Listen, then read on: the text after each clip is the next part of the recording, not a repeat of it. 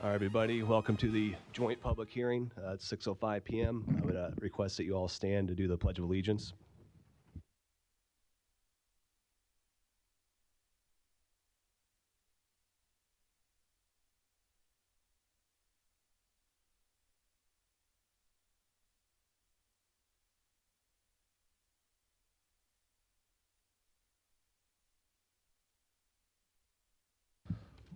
Okay, so my name's Dan Esch. I'm the Douglas County Clerk.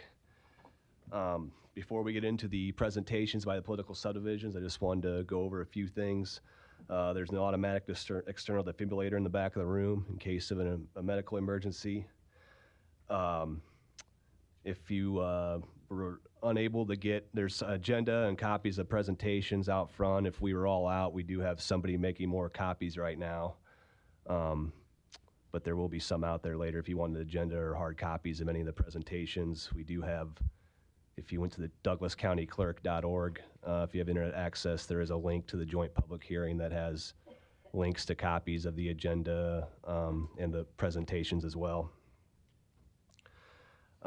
If you want to speak during the public comment period, there is a sign-in sheet on the table outside the legislative chamber. And once the public comment period begins, we'll call up members of the public to the podium in the order in which their names appear on the sign-in sheet.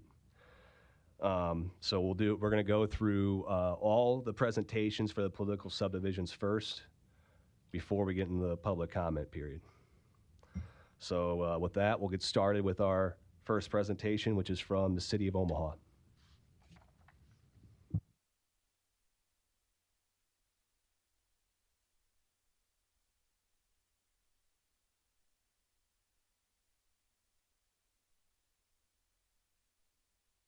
Curtis, I'm the Finance Director for the City of Omaha. I'm going to go through the things that are required by the state statute, which is the amount of property tax requested for 2023 is $209,855,082.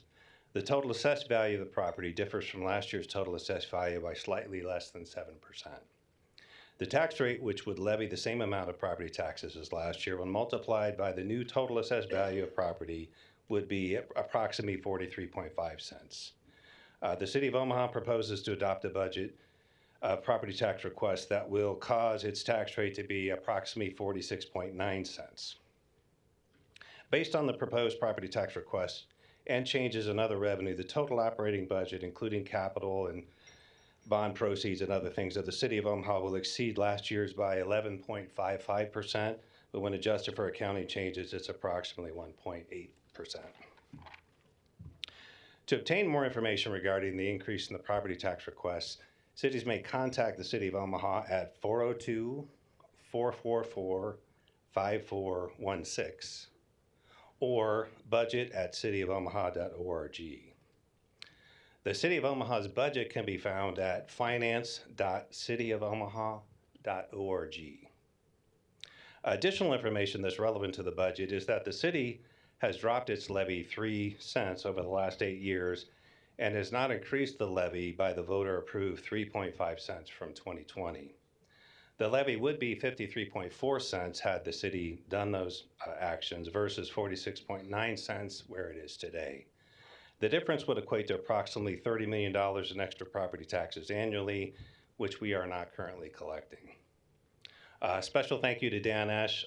He knew that I have another commitment tonight, so I have to leave briefly here, but I do have other city staff here to listen to comments and take notes. So with that, thank you. Thank you, Steve. And while the City of Ralston is approaching the podium, I just wanted to, one thing I forgot to mention in my opening announcements is there's no voting tonight. These political subdivisions are not voting on their tax rate. These are just proposed tax rates for the next tax year. And after this, it's a new requirement by the state statute that if you're requesting a property tax amount over a certain amount from the previous year, you have to participate in this joint public hearing and give a presentation. And then after this meeting, sometime between tomorrow and September 30th, each of these political subdivisions has to either pass a resolution or an ordinance setting their tax rate for next year. So with that, I will move on to the City of Ralston. Thanks, Dan. I'm Rick Hoppy. I'm the city administrator for the city of Ralston. Are there any Ralston folks here tonight? Excellent, great. Thank you for coming out. The rest of you, I'm sorry you can sleep during this part. We have our budget presentation, and we really appreciate the opportunity to come out and just visit just a little bit about the relationship between budget and property taxes. I do have some good news to start out the presentation. Rick, if we, actually, I know No, it's it's not it's gonna awkward, work. but for people watching, All at right, home, I'm they're not sorry. gonna be able I to hear had you. to struggle, so I guess I'll face this way. I do have some good news. We are going to go ahead and lower the levy by a cent from last year. Our 21-22 levy was about 7 cents. This year's levy will be 69.7. Okay, you ever have that feeling where you're being really clear and then you actually try to talk it through and it doesn't make as much sense as you originally thought?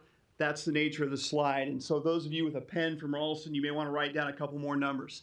What the attempt was here is to try to demonstrate if you requested the same number of property tax dollars from last year to the increased valuation of this year, what would the levy be? Because as we all know, your valuation times your levy essentially determines what your property taxes are going to be. The figure you see here of about $464 million is the valuation in Ralston from 21-22.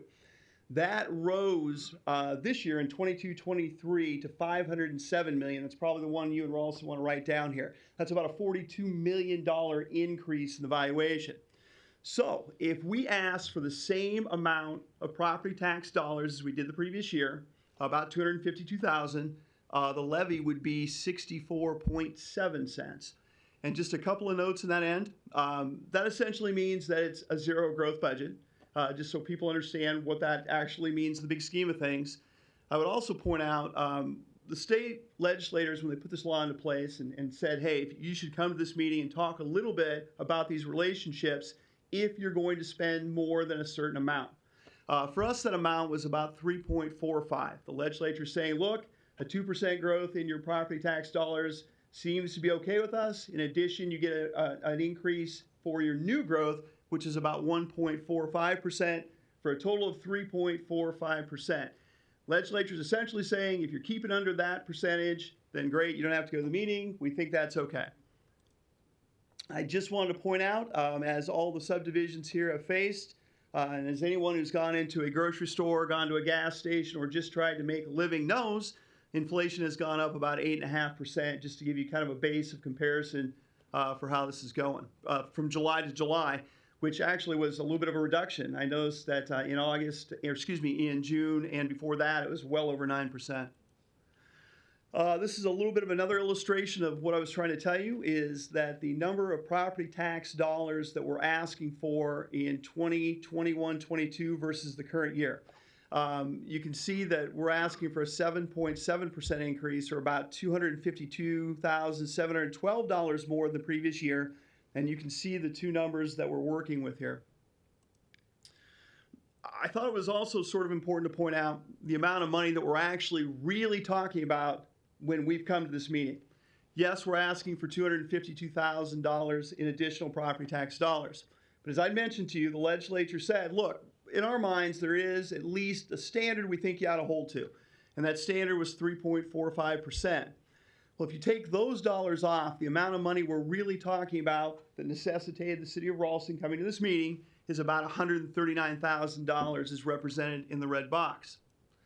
Okay, so I try to put myself in your shoes, those citizens from Ralston and everywhere else, and say, what would I want to know about that $138,000? What are they doing with it? I think I could sum ours up in two words: people and streets. I've been city administrator about 2.5 years, and Ralston, before I got there, really was not putting enough money into care and maintenance of streets. And that's a real problem for the future, because streets are a real demonstration of the notion that you can pay me now or you can pay me a lot more later. You don't fix your streets, they become a lot more expensive when you reconstruct them.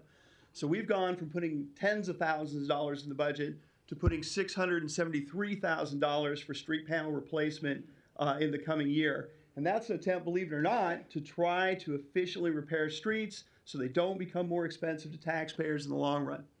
The other issue we're facing is with people. mid-year last year, we had a number of people come to us and said, look, I can make far more money in the private sector or in other units of government because the cost of labor has gone way up. So in our public works department, people who were making $20 an hour were pretty easily able to command $26 an hour. We had a similar phenomenon happen in libraries as well. And we ended up having to give a lot of raises just to maintain the people we had. The private sector was also paying fairly increased wages. So we really have about $300,000 in additional costs for personnel. That's more than the property tax increase that I mentioned earlier. This year we had to give about a 4% raise to remain competitive with other jurisdictions in terms of maintaining those employees. And I think that covers all I've got to say tonight. And if you need more information, please go to cityofralston.com. You can find our budget there. And I look forward to talking with people from Ralston and elsewhere about any questions you have. Thank you. Can you close out your presentation real quick before I, and then, all right, thank you, City of Ralston. And next up is Douglas County.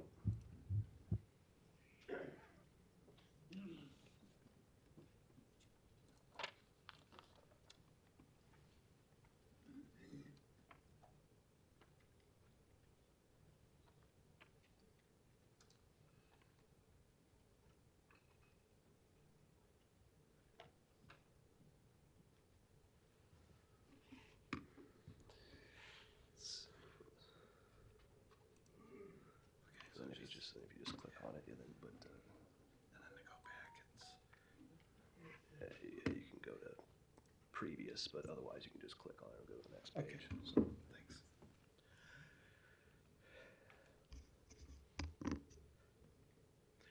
Good evening. I'm Joe Lorenz. I'm the Douglas County Finance Director, and I have a short presentation that kind of brings you through the budget and how the budget ties into the tax levy. So hopefully it'll be helpful to you. The first chart I want to show is everybody's here and everybody gets taxed, but how does the total pool of property tax money split out for residents of Douglas County? And so the example up here is for somebody within Omaha and within the Omaha Public Schools. Douglas County, of the total amount of property tax collected, accounts for about 13.4%.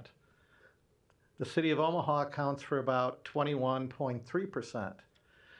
And the largest component is Omaha Public Schools, and all the schools are in this general range of accounting for over 50% of property taxes. And that's really driven by the way Nebraska funds schools. They fund it through property tax, which is a little unusual compared to most states in the union who don't put that big of a school funding burden on property taxes. But here in Nebraska, it's that way.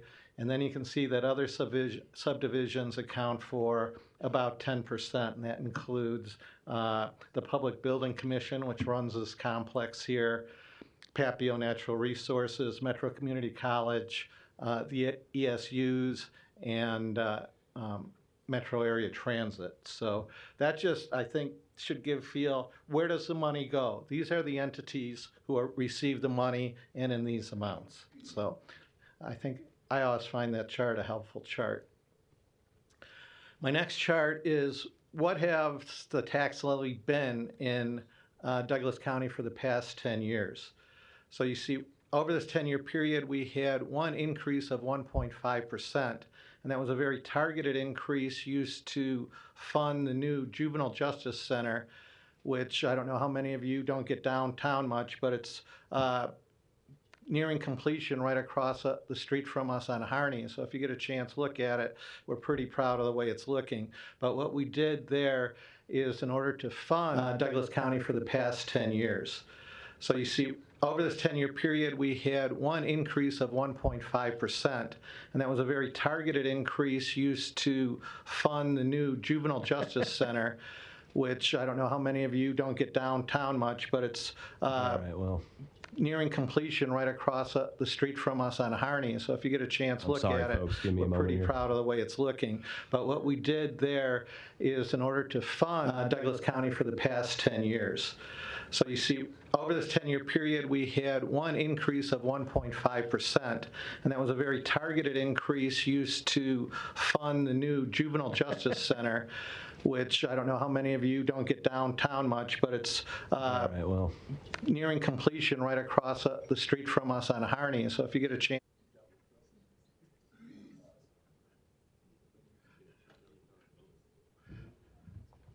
I think some folks in the wing rooms were wanting, I don't know if they're hearing that well, but it's tied to the stream, which is a little delay, and so when we do that, that causes that echo. So I guess, Joe, if you wouldn't mind, and anyone who's speaking, just bringing the microphones even closer to you so people can hear better that are way in the back. Otherwise, we're going to get that echo if we turn Okay. those. So Okay. thank you. Okay. So anyway, the penny and a half increase was dedicated, and it's a separate fund to fund the new Juvenile Justice Center. So it's really a capital improvement increase to the levy. So here's the history of the change in taxable valuation for Douglas County since for basically the past 20 years, and you can see it goes up and down. When I started this job 12 years ago, we were in a situation where the percentage increases were, under 1%, which makes it for a difficult budgeting environment. And given what's been going on in the property market for about the past 4 or 5 years, we've been seeing increases in the 5 to 7% range. So the mechanics of how does our tax levy get set is easy. It's just taking the property tax levy times the certified taxable value for that year.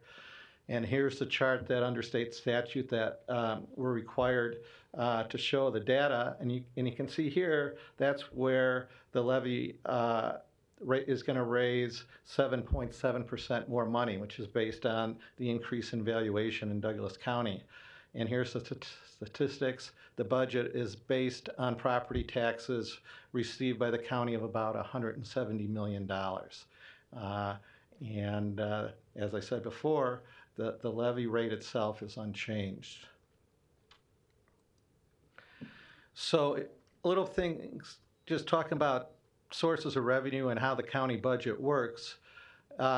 For government, taxation is usually based on what they call a three-stool approach. It would be property tax, income tax, and sales tax. The county only has available to it one of those legs of the stool, and that's the property tax. So you can see that the county uses property tax to raise about 46% of our total revenue, and then the rest of it is really raised through service fees and some fund transfers, inheritance tax, and things like that. But the county's main source of revenue is property tax. So the County Board of Commissioners approved our budget on July 12th, which at that time was based on a 6.5%. That was our early estimate of what property taxes would increase. It came in a little higher at 7.7, which is basically worth about $2 million to us. But the budget itself is $465 million, which is only 1.4% above last year, and that's driven by a 7.6% million decrease in pandemic-related expenses at the health department. But the thing to remember about that, due to something called ARPA, the American Recovery Act, which is the money that came from the federal government to help people fund it, the Douglas County Health Department, which administered all the vaccinations and things like that, was basically using ARPA money to fund it. So even though the $7.6 million decrease was there, that $7.6 million was not really funded by property taxes, so it didn't have a big impact on it. And the general fund budget of $242 million is 5.2% above last year's adopted budget, and that's really driven by a couple things. Increased expenses for the criminal justice system, which we've been dealing with here for years, and the criminal justice system grows at a rate above inflation, and it's really driven by the number of cases that both in juvenile court and district court. I mean, that's one of the reasons we had to go and build this new juvenile justice center across the street, is because the number of cases and what's going on in the criminal justice system is causing significant cost to the county. And the criminal justice system is the sheriff, the detention center, the jail, the county attorney, the public defender. It's a very complex area that costs a lot of money and has been growing significantly.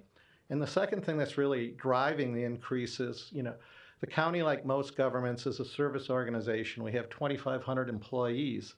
And with those employees in the past year, we've had issues with salary. We run a health center that is staffed by nurses. Most of you would be familiar that there's been a nursing shortage. And in order to keep that operation functioning, we had to give a pay increase to all the nurses. Another huge factor is the county jail, holds 1,200 to 1,300 people a night, has a significant amount of jail guards.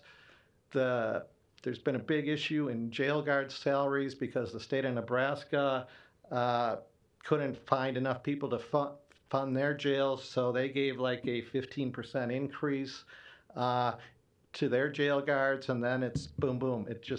It's a domino effect. So we had to match that. So those are really the two factors that have really caused our budget. Why we have to have a 7.7% increase is really the criminal justice system and labor cost. And just to drill down a little bit on the criminal justice system, here you can see the amounts over target. We sent targets out to the people of basically hold non-salary costs flat and assume a 4% increase for other costs. So you can see the cost for the public defender, the county attorney, the sheriff, all the big costs are driven by caseload, and in the sheriff's part, they wanted to hire 8 additional officers. We wound up only giving them money to hire 5, but that cost them to be over their target. So you can see that these 5 departments came in and their budget was $1.2 million over what we had targeted them at. And the last significant thing is certainly the people from the schools here are familiar with this. There was an issue with payment in lieu of taxes from OPPD. And the formula change recommended by the state auditor's office recommended in an immediate reduction in the amount received from $4 million to $1.4 million. And this literally happened at the 11th hour for us, causing a $2.6 million shortfall, which, luckily property taxes came in $2 million higher than we were anticipated, so that helped us cover the shortfall. So at the end of the day, it's a 7.7 increase. As Rick said before me, inflation is running at 8.5%. So if you look at that in real terms, we're not even matching the inflation rate. And this is what the budget we had to submit to continue to fund the services we provide to you. Those are my comments. Thank you. All right, thank you. Joe, could you, okay, next up is Metropolitan Community College.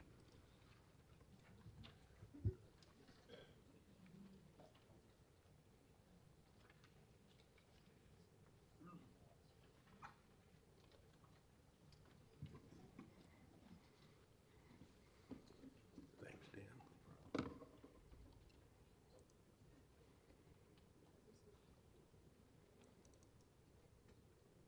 All right, so if you, What do I click on?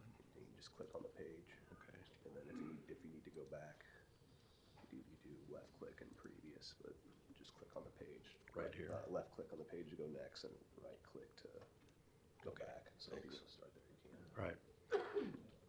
Good evening. I'm Randy Schmazel, President, Metropolitan Community College.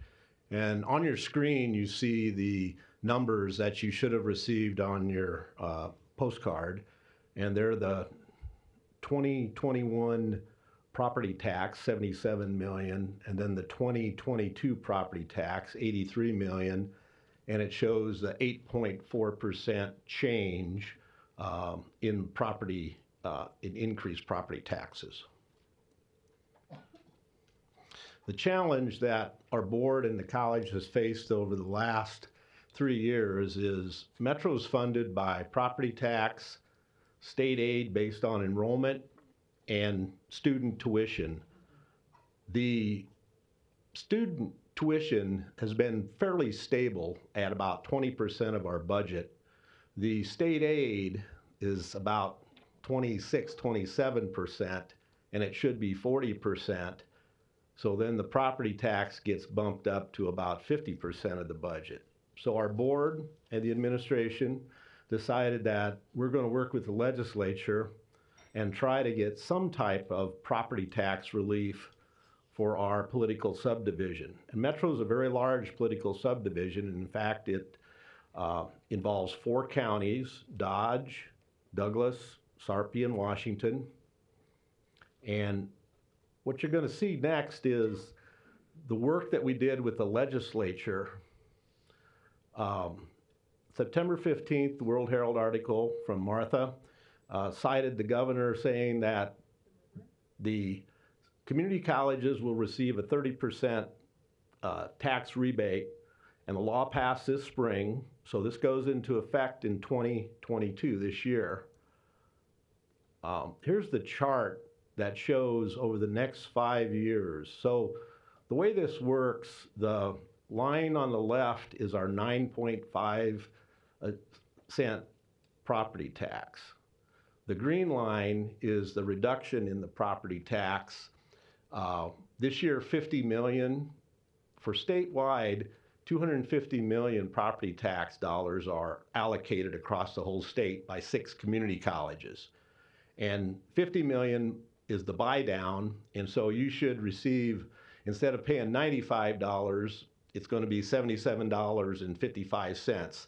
And we tried to make these estimates conservative. They're not 30% like was stated in the newspaper, because you got to remember the property taxes this year have gone up 8% already. So as you see over the next 5 years, there's a lowering from $95 to $34.52. There could be some complaints about this being a property tax credit. Now, I know on the postcards there was no homestead exemptions on there, no school credits, no community college credits, but those weren't designed to be on there. That's not the fault of Douglas County. So I'm not sure on your taxes how that's going to be calculated, and I'm not sure on my taxes either. But you will receive a tax credit this year, which will lower your tax liability. Metro deals in fund accounting, and this is a picture of the facts that tell a little bit about our college that you may not know about. Our levy limit is 11.25 cents, and over the years, we've only levied about 84% of that levy, 9.5 cents. 7.5 goes to the general fund, which is the obligation for salaries, for equipment, for running the college. Since 1993, that's only increased 0.24 cents. In 1993, the levy was 7.26 cents. Now, yes, the valuations have gone up, but the tax levy has not gone up. And for many years in the 90s, when we had no growth, little growth, the college really struggled, but we made it. 4 county service area, as I said, we are home to 43% of Nebraska's population. Metro serves 36% of the state community college enrollment. This last year, we served 21,201 credit students. That meant 21,000 people came through the doors of Metro. We're proud to say that 95% of that number came from our 4 county area. And I'm sure 90% stay here and go to work. In 2021-22, we served 12,000 non-credit and workforce training. That's people that came and just take classes for adult learning, maybe to workforce skills. One of the unusual things at Metro right now is 65% of our students are part-time. That's an extremely large number, and it costs a lot more to educate part-time students. This year, this fall, Metro's enrollment's up right now today 8% in headcount. We have no athletics, we have no campus housing, and we have no public capital bonds. There's no bond issues that Metro went out and had you vote on. Here's our 4 funds that we have. The general fund is the fund that runs the college, and that's up 4.71% this year. The capital fund is made up of 2 cents property tax, about 1.6 million from student fees, $5 per credit hour, and the rest of the money we have to go out and get in donations and federal grants. Auxiliary is the money for non-credit classes. It's not capital, it's not property tax money. And then the federal aid is federal aid to students, federal projects we have, and of course that's gone down this last year considerably. So in the county budget, when we submit our county budget, the budget you're going to see is $235 million if this is approved by the board, and that's a 0.25% increase over last year. The general fund, quickly. Our general fund levy, as I said, is about 7.5 cents. Property tax increase 8.42, that's what your postcard said. The lagger in this is state income tax, the state aid. We pay income tax and sales tax, and our 4 counties pay a lot. I don't mean just a little. I mean, there's 43% of the population, so you're probably paying almost 50% of the state's income and sales tax, and we want some of that money back at Metro. A resident tuition rate, we increase that by $2 this year. We've done a tremendous job of keeping our tuition low. You do not have to take out student loans, and you can get a great education and get a job. The revenue from tuition and fees increased about 9.5% because our enrollment's up, and plus we've had a considerable amount of federal grants, dual enrollment that you've heard, and trades enrollment. On dual enrollment, that's when you go to high school and you go to college at the same time. We worked with the legislature, and all high school students in the state of Nebraska can enroll in Metro with no tuition.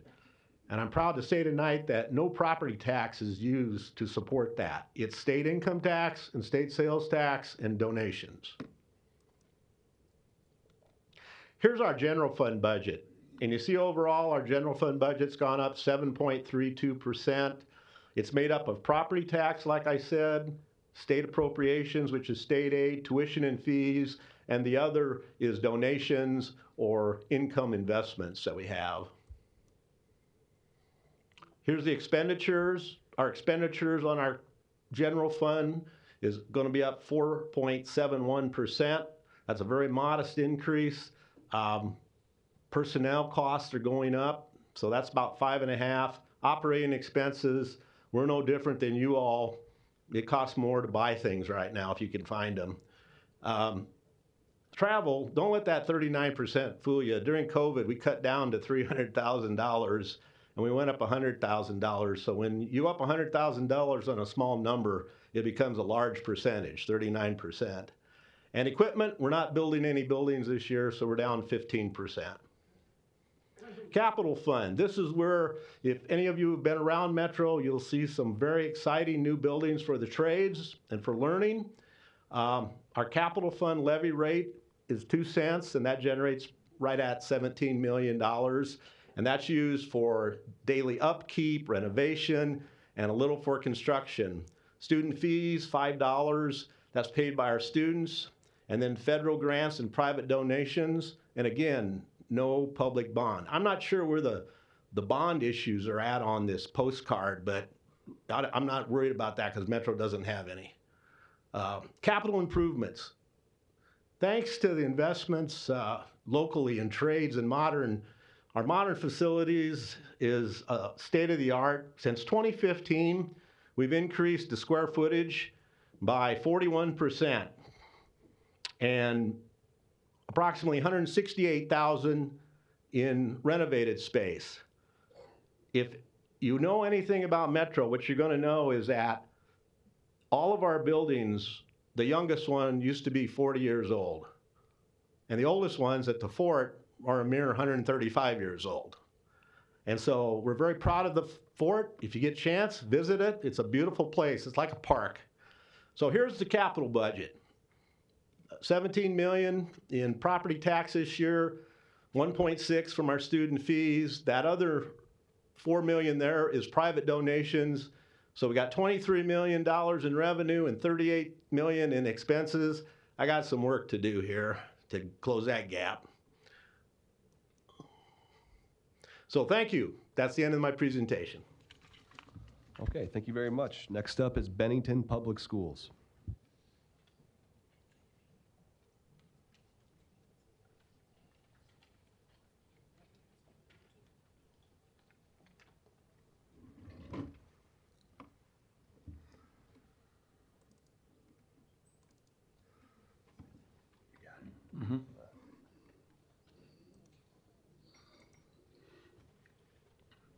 Good evening. My name is Terry Hawk. I'm the Superintendent of Schools for Bennington Public Schools. As you can see, in accordance to the state statute, what we have here is the budgets for comparisons 2021 2022. General fund, we're still going with the same levy, but obviously we had a 13.5% increase in our assessed valuation, so that does raise the taxes. Now keep in mind, about 8% of that was real growth in terms of new buildings, new assessments that go along with the assessed valuations that are increasing in our area. Bennington Public Schools has had the same levy for several years. Building fund is very minimal. The bond fund is divided into two, one the qualified capital, other the bond. Bennington Public Schools has grown from 600 students in 2003 to over 4,000 students today. And in accommodating that, we have gone from 1 facility to 8 facilities. This year's property tax certified value has gone up approximately 13.5%. As you can see, tax rate would be with a new total of 1.25 as compared to the 1.43. And as you can see, revenue expenses, this is the state, 44 million to 51 million. There are different parts and pieces to that budget, and we have that here. I want to point out some other things. Approximately 81% of the total general budget is people, and that's been discussed here this evening. Of the increase in our budget, almost all, 99.2%, was due to increase in personnel or higher wages and benefits. It has lowered its class size, and that's important for our public. In the annual breakdown, as been discussed with others here this evening, 45% of the general budget is with property taxes. Very close to that is the state aid or equalization aid at 41.3%. And the other actual receipts is a combination of motor vehicle taxes, fees, reimbursements, federal, state grants that go along with that. If you take a look at our breakdown, we had about a 6% increase in population, 6% increase in enrollment. As been discussed several times this evening, 8% increase in inflation. And if you take a look at opening 2 new buildings, that equates to close to $1 million or about 2% operating. So as we look at a 14.5% increase in our budget, that is accommodated by 3 things. Enrollment increase, inflation, and opening of 2 new buildings. If you take a look at the cost per pupil, that is a efficiency rating, if you will, in the state of Nebraska. We're operating at about 75 cents on the dollar compared to the state average of all schools in the state of Nebraska. Thank you very much. All right, thank you. Next up is Elkhorn Public Schools.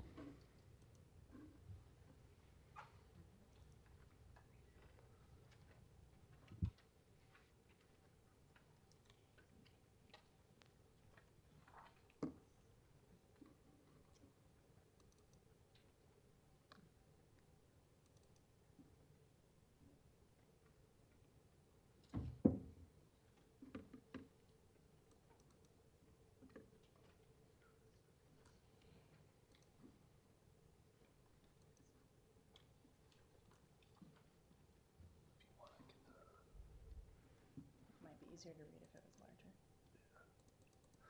Just do And that. then you just scroll down when you want to go down. Okay, sounds good, thank you. Good evening, Heather Shepard, Chief Financial Officer for Elkhorn Public Schools. The total tax levy request for general, special building, and bond funds will total $118,290,143. Our total assessed valuation for the district increased 9.517%. Of the total increase in our certified valuation, 45% was related to new growth. The tax rate, which would levy the same amount of property taxes as last year, when multiplied by the new total assessed value of property, would be $1.29.4772 per $100 of assessed value. Elkhorn Public Schools proposes to adopt a property tax request that will cause its tax rate to be $1.38 per $100 of assessed value, which is 3.5 cents lower than our total tax levy rate for 21-22 school year. Based on the proposed property tax request and changes in other revenue, the total operating budget for Elkhorn Public Schools will increase by roughly 20%, but our general fund budget is increasing by 5.27%. The special building fund is budgeting an increase of 268%. That is due to allowing us allowing us the opportunity to potentially construct new buildings in the event that that is necessary. Our bond fund is budgeting a 12.3% decrease. The budget here always plans for the possibility of a bond refunding refinance, and this year that seems less likely with the increase in interest rates. The total operating budget for last fiscal year, the 21-22 school year, was $239,736,504. Our actual expenditures for that year were $162,960,164, which is nearly $77 million below budget.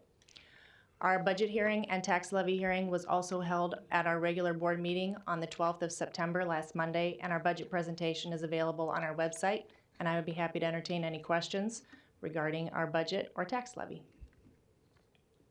Okay, thank you. Next up is Millard Public Schools.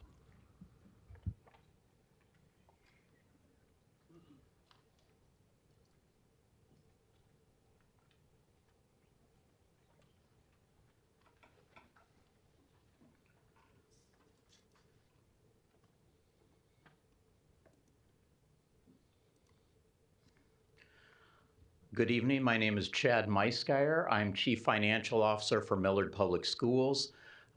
Having faced a lot of the similar things that were discussed previously with inflation and such, I'll just quickly go over the statutory requirements for Millard Public Schools. Our property tax request for this upcoming budget year is $164,377,958. Total assessed value of property increased 7.61% over last year in the Millard attendance area.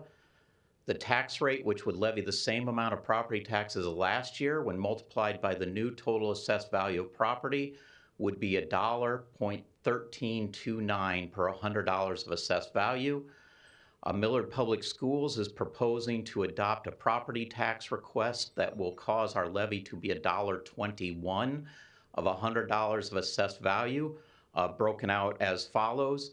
The general fund will be dropping from $1.0566 to $1.05.4, bond fund dropping from 11.75 to 11.5, and the building fund dropping from 4.5 cents to 4.1 cents.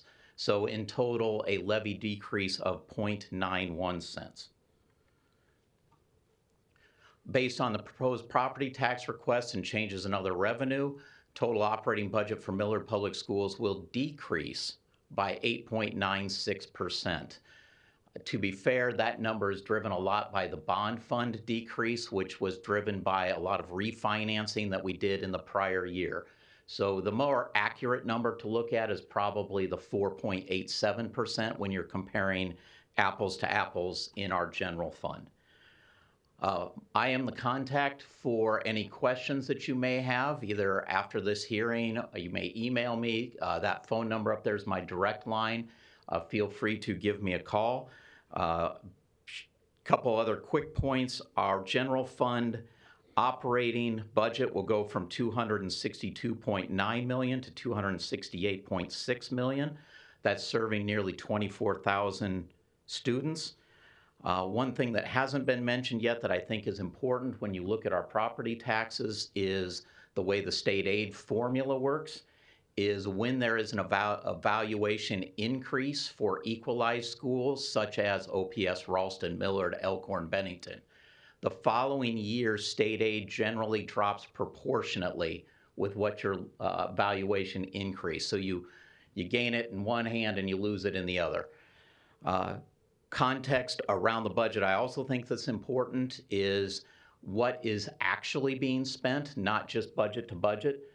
So when you look over the last 10 years of audited financial statements for Millard Public Schools, which would be 2011 to 2021 because we don't have audited for 2022 yet, Millard Public Schools' average annual spending has gone up 1.2% per year. And I believe that's all I have. All right, thank you very much. Next up is Omaha Public Schools.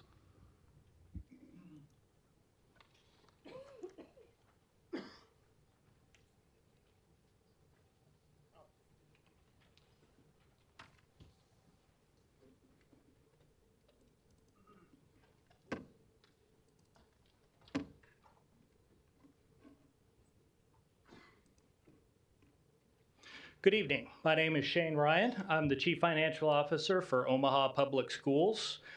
Omaha Public Schools held their budget hearing on September 8th, and a recording of that presentation can be found on YouTube if you search for Omaha Public Schools.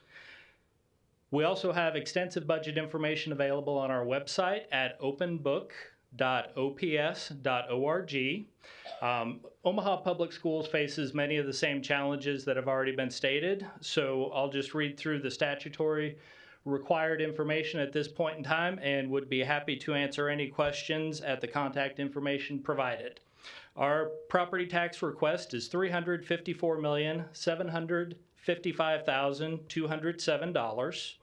The total assessed value of property differs from last year's total assessed value by 7.5%.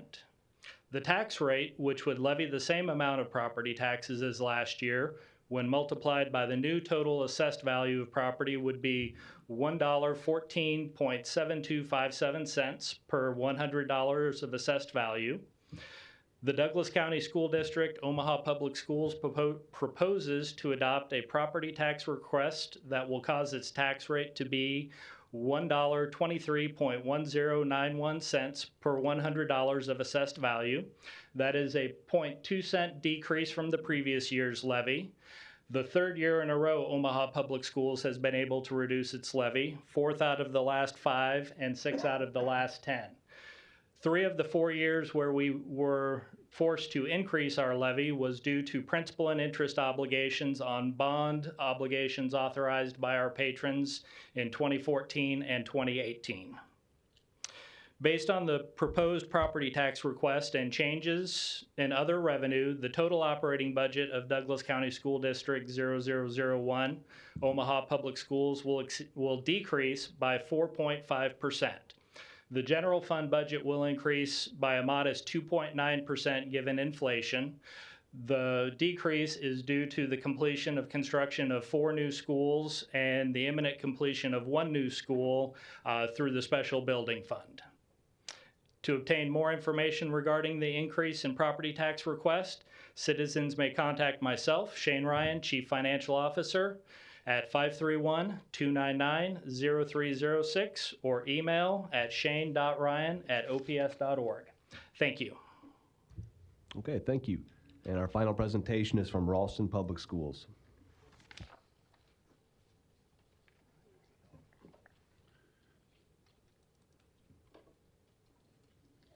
Good evening, I'm Jason Buckingham, Assistant Superintendent with the Ralston Public Schools. Just a few things of note. I know we've all been patient here, so we'll get through this as quick as we can. What you've got up on the screen here is a comparison between our levy of last year and our levy of this year. Things of note in the difference between the two. If you look at the general fund levy, you can see we levied $1.05 last year for $20.8 million. This year, our levy for general fund drops to $1.01. However, if you look at the next line down, building fund, we have room in our levy this year that we can actually levy 3.8 cent, which gives us an additional $815,000 that we can put into our building fund. Voluntary separation is a program that we use at Ralston Public Schools to try and reduce or minimize the amount of money that we put specifically into personnel. This is a program for our most expensive and most experienced teachers to be able to leave our district, go on to other pursuits, and we can bring in teachers that maybe are a bit more cost effective for us.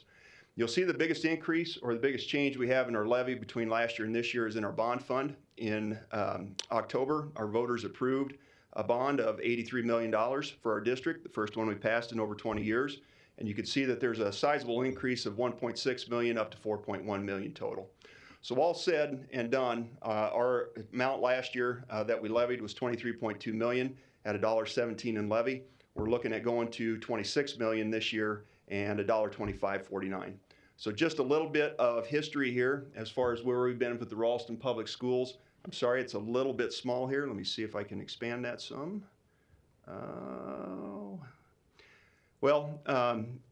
As we look at the levy column on the far right-hand side, what this will give you an idea is historically where our district has been as far as our overall levy. You can see that we were at $1.17 total last year, and our proposal is to move to $1.2549. If you look back 3 years ago, we were at $1.2547. So in comparison to where our levy that we have set, this is the third lowest levy that we've had over the course of the last 20 years. So yes, it's true that we're actually levying a little bit more in we're actually collecting more in property tax, but our levy is as historically low as we've had in recent memory. So just a few things of note: certified valuation for us in the Ralston Public Schools increased 6.6%. General fund levy, as proposed, was $1.01. Special building fund was at 3.8 cents. And levy total outside of the lid is 20.49 cents. So total levy for 22-23 is $1.20 as proposed at $1.2549. Tax rate, which would levy the same amount of property taxes as last year, when multiplied by the new valuation, would be $1.1044 per $100 of assessed value. So this represents an increase of 8 cents, but it does restore us back to the levy that we had 2 years ago. Our total budget general fund increased by almost 8%, and as has been stated here and is similar in our district, we have really had some issues with trying to keep and retain and attract new employees into our district, particularly our hourly folks. So we did give a $2 an hour raise to our custodial staff, to our para staff, to our food service staff and grounds. So that was the majority of the increases we saw. We also are 200 students larger than we were a year ago, so we had to add some additional staffing to meet those needs.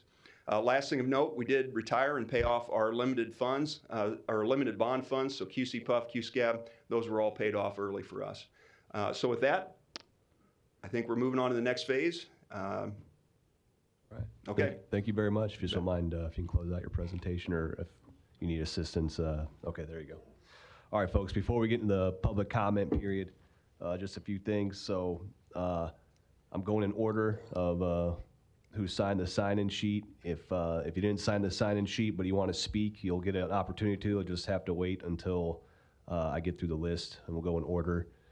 And I apologize if I mispronounce anyone's name.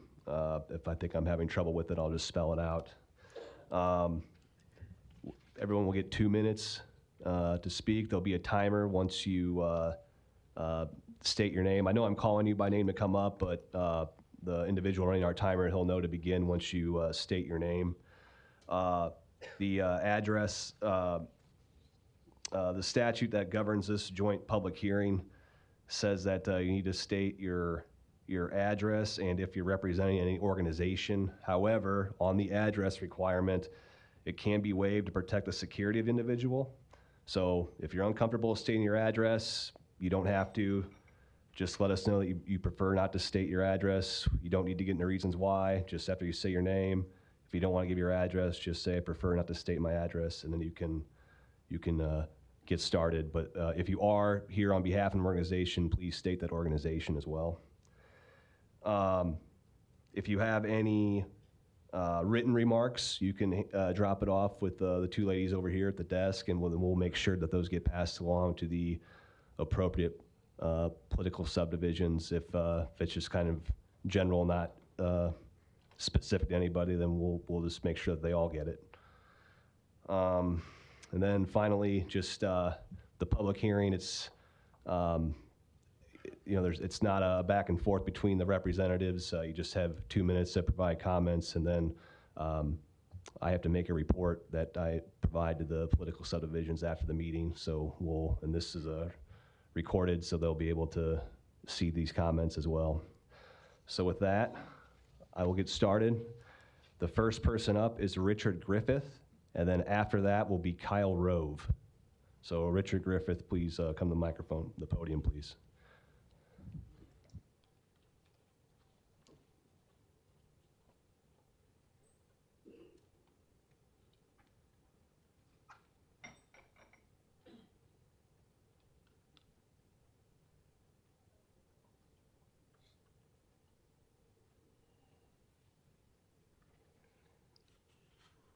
Yeah, my name is Richard Griffith, and I'm wanting to protest the valuation of my property on 4947 North 36th Street.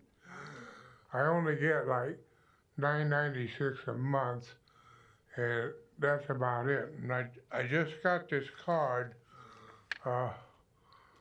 day before yesterday, so I didn't have time to prepare anything. But that's pretty much what I wanted to say. I'm proposing to protest the new estimated values of the property. That's pretty much it. Okay, thank you, sir. Kyle Rove, and then after that will be Alan Seibert.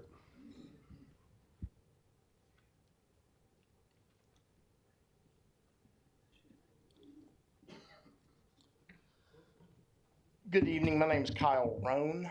My pen slipped when I was writing that down. And I live in Bellevue. I'd assume not to give my address, if that's okay. I want to commend two presentations. The people that live in Ralston, you've got a great city administrator. He presented very concise information that we could all understand. And for Metropolitan College, I was there for about 3 days pre-COVID, and then they said we're going to put it online. And how do you do a machinist class online? I just don't know how that works. But I can tell you that I got the tour of the machine shop, and it is fantabulous. I know that's not a word, but I wanted to really make it big. It's really awesome.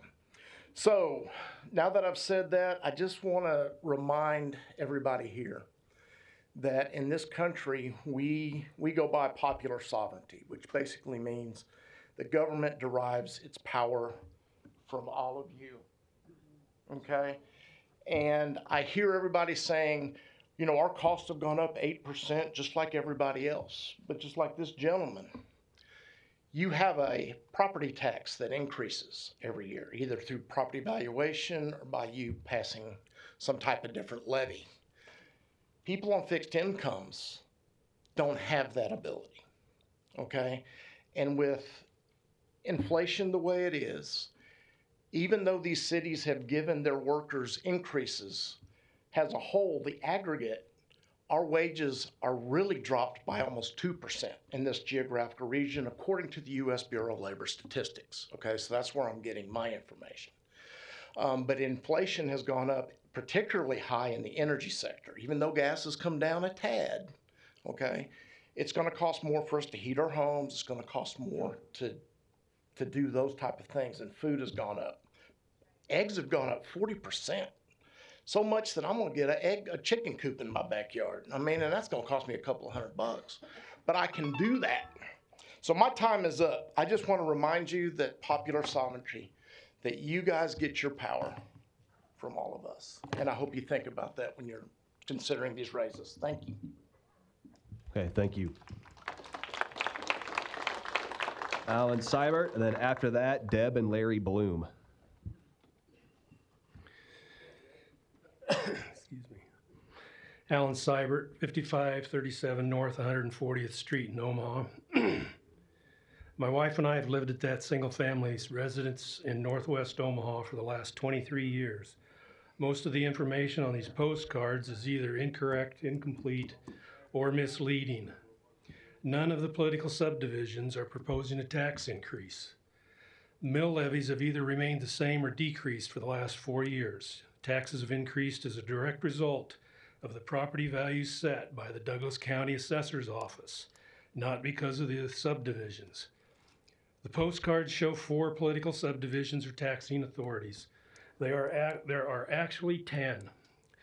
The levy info link on the Douglas County Treasurer's website lists those 10 political subdivisions along with the mill levies for each of those divisions, so everybody can check those. The valuations on the postcards are not proposed and they are not estimates. They are the actual valuations and it's too late to change them. The filing deadlines for appealing these valuations with the Douglas County Assessor's Office, the Douglas County Board of Equalization, and the Nebraska Tax Equalization Review Commission have all lapsed. There has not been clear, consistent, and timely communication about property taxes, and these postcards are not providing that communication.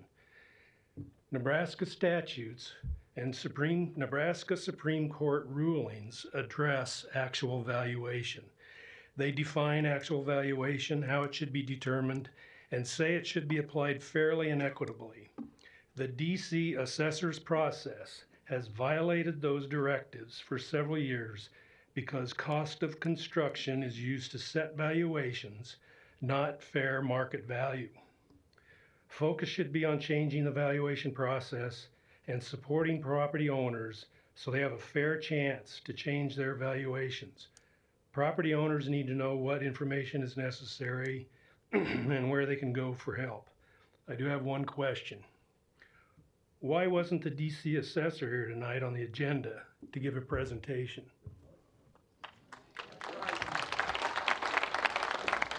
All right, thank you. Next up is Deb and Larry Bloom, and then after that, John Riggleman. And folks, if I mispronounce your name, please correct me for the record. But Deb and Larry Bloom, and then after that, John Riggleman. Thank you.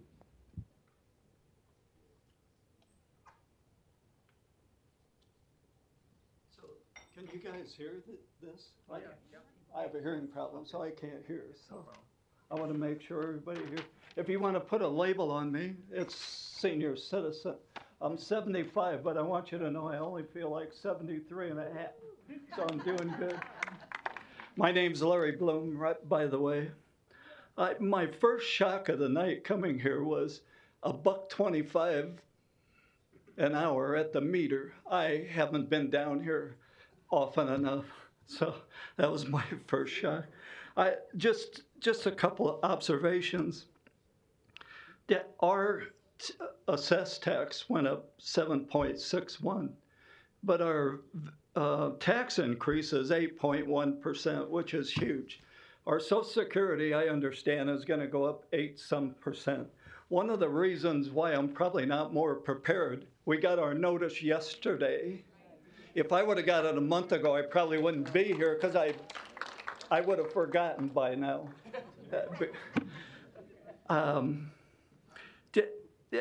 It's my understanding, too, that in Omaha, 13% of the people are seniors. You got over 12% in poverty. I don't know who's getting assistance or how many people get help from the city. But over the years that I worked, some of those years I worked in budgeting, one of the curious things I noticed is typically everybody's budget went up every year.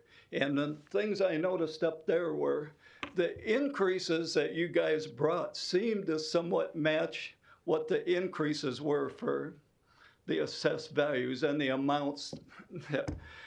That's funny how that happens every single year. And everybody that comes to my door when they are running for election say they're gonna reduce taxes, but somehow that never happens.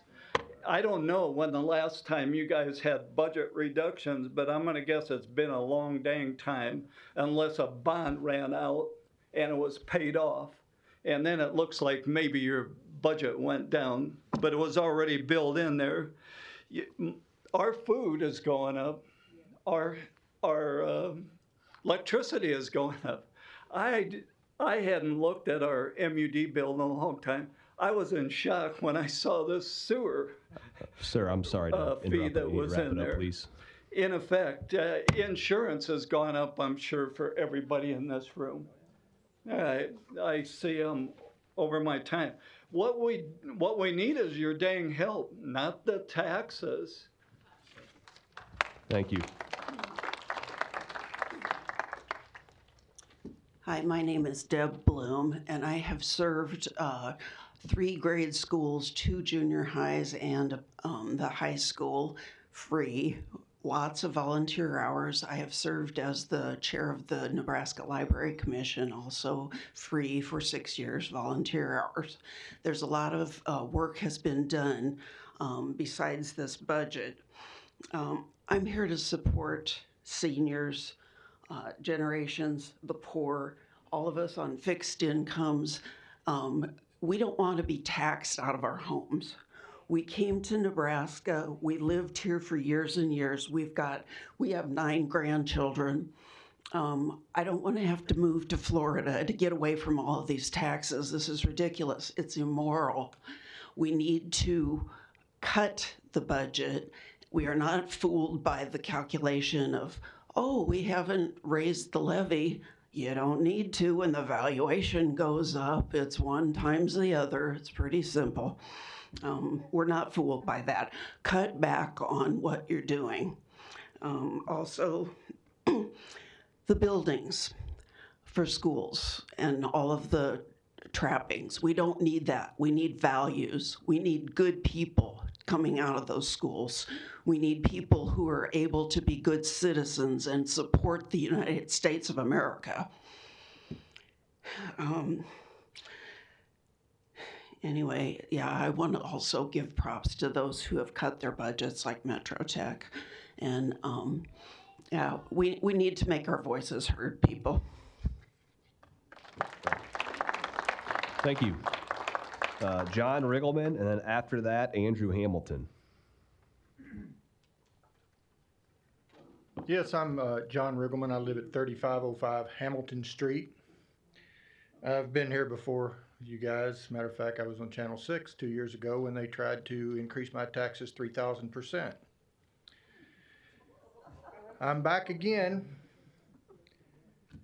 No improvements to my land in 2 years. And they valued it at $5,000 now. They want to jump to $24,200. How is that fair? I'm a veteran. I'm retired. I'm on a fixed income. I'm 65 years old. It's apparent to me that maybe they're trying to tax me out of my property so these developers can take the area, because across the street from me, there's 3 houses left. They're all gone. Land Bank owns the land. They want $2,000 to $3,000 for the property. Nobody will buy it, but yet you'll value mine, Douglas County, and I don't know where she's at. She should be here. She's the one that did it, her office. You want 24.2 for my 158 by 40 lot that my house sits on. Now I have another lot that's exactly the same size. It's valued at $3,000, which I have no problem with. You didn't touch it. You left it at $3,000. Are you trying to get me out of my house? I don't mind paying my fair share of taxes, like I've always said. But going from $5,000 to $24,200 for my land is too much. And the rest of my neighbors in Bemis Park, and I don't know how many of you know Bemis Park, my house is over 100 years old. Other houses of the same structure are not valuated as high as mine because slumlords own them. My house has been fixed up outside out of necessity. Years ago when we had the big hailstorm, $35,000 worth of damage to my home, which that's how it is like it is now. My time's up, but I don't think the county assessor is being fair to a lot of people. She should have been here. Thank you. Thank you. Okay, Andrew Hamilton, and then after that, James Young, Sr. Hi, my name is Andrew Hamilton. First off, does everybody here know what a SURF is? Yes. With property taxes, we are equivalent to SURFs. Second, most of you guys get a budget every year, and you guys know that if you don't spend that budget, your budget for next year gets reduced. So you guys find ways to blow the money to maintain your highly inflated budgets. And third, at this point in time, this state has abused property taxes for so long that we need to move to eliminate property taxes in Nebraska. End property taxes in Nebraska. Thank you. Thank you.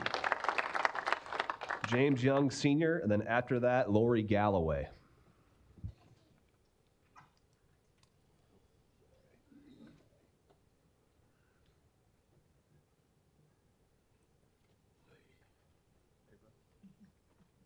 Should probably make those seats a little wider.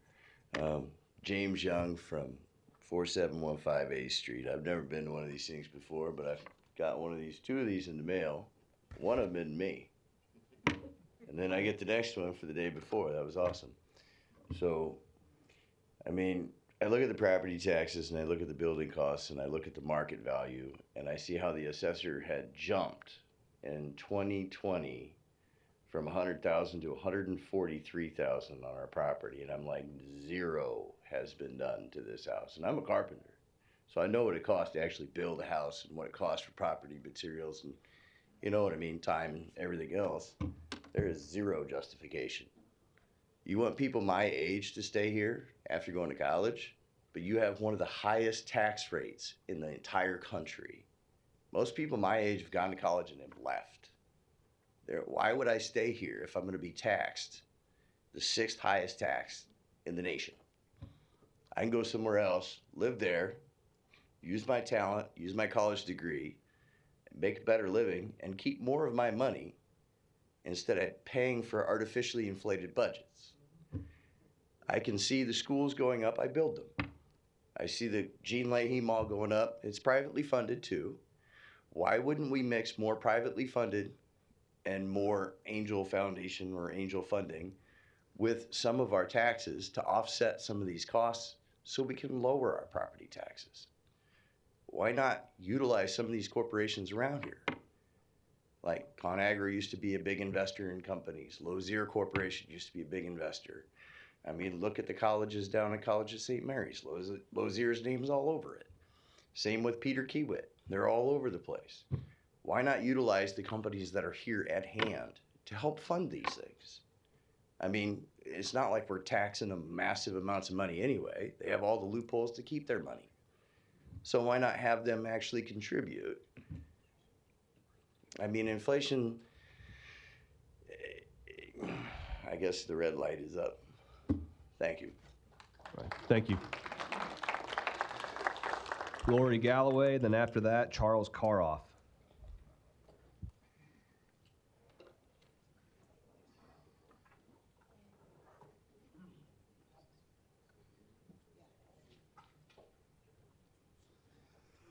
Hello, my name's Lori Galloway.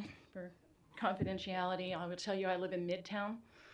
I bought my house in 2013. My mother had to be moved in with me. I bought what I could, which was half of a duplex. My taxes were raised in June of this year, $800.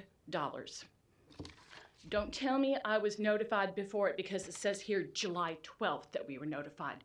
That's not right.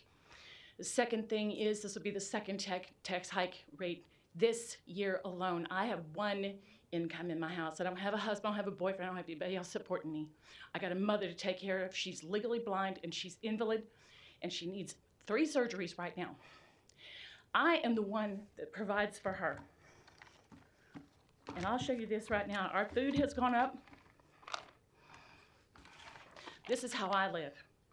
These are the sales every week since April. I buy $50. That's my budget, $50 1 week for 2 people, and I've been doing it since the end of April. This is not right. This is nothing less than financial rape of the people here.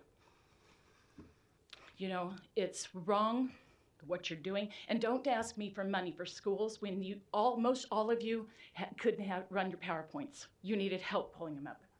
Okay? Am I right? Thank you.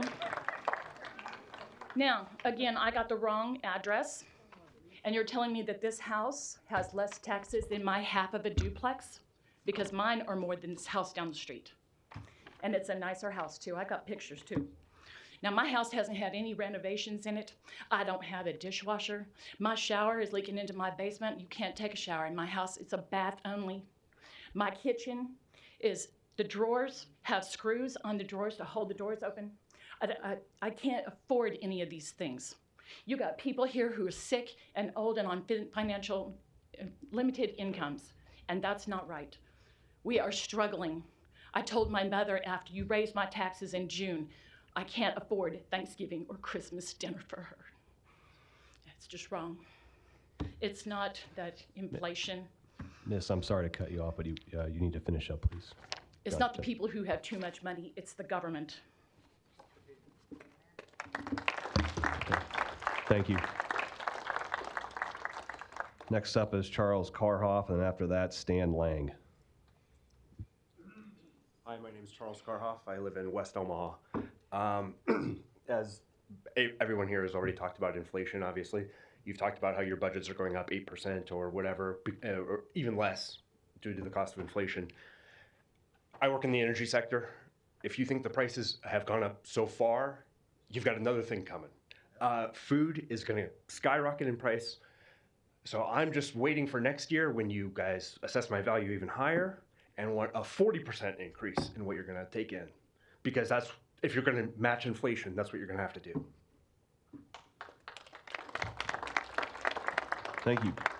After that, Stan Lang is up next, and then after that, I want to say Michael. Michelle. Okay, well, you know who you are. Okay. Stan Lang. Stan Lang. I live at 6162 Center Street. I also got an eval from a property I do not own at 7518 Ontario. And of course, when I seen it, I didn't see the address right away, and that evaluation went way up. So I was really furious with that. 174 to 199,000. I did receive mine today and had to rush down here because I got this one somehow.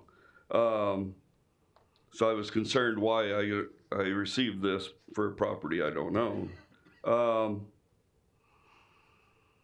So that was basically why I was down here. I fortunately don't have an increase this year, but I have had, major increases in my property since '98.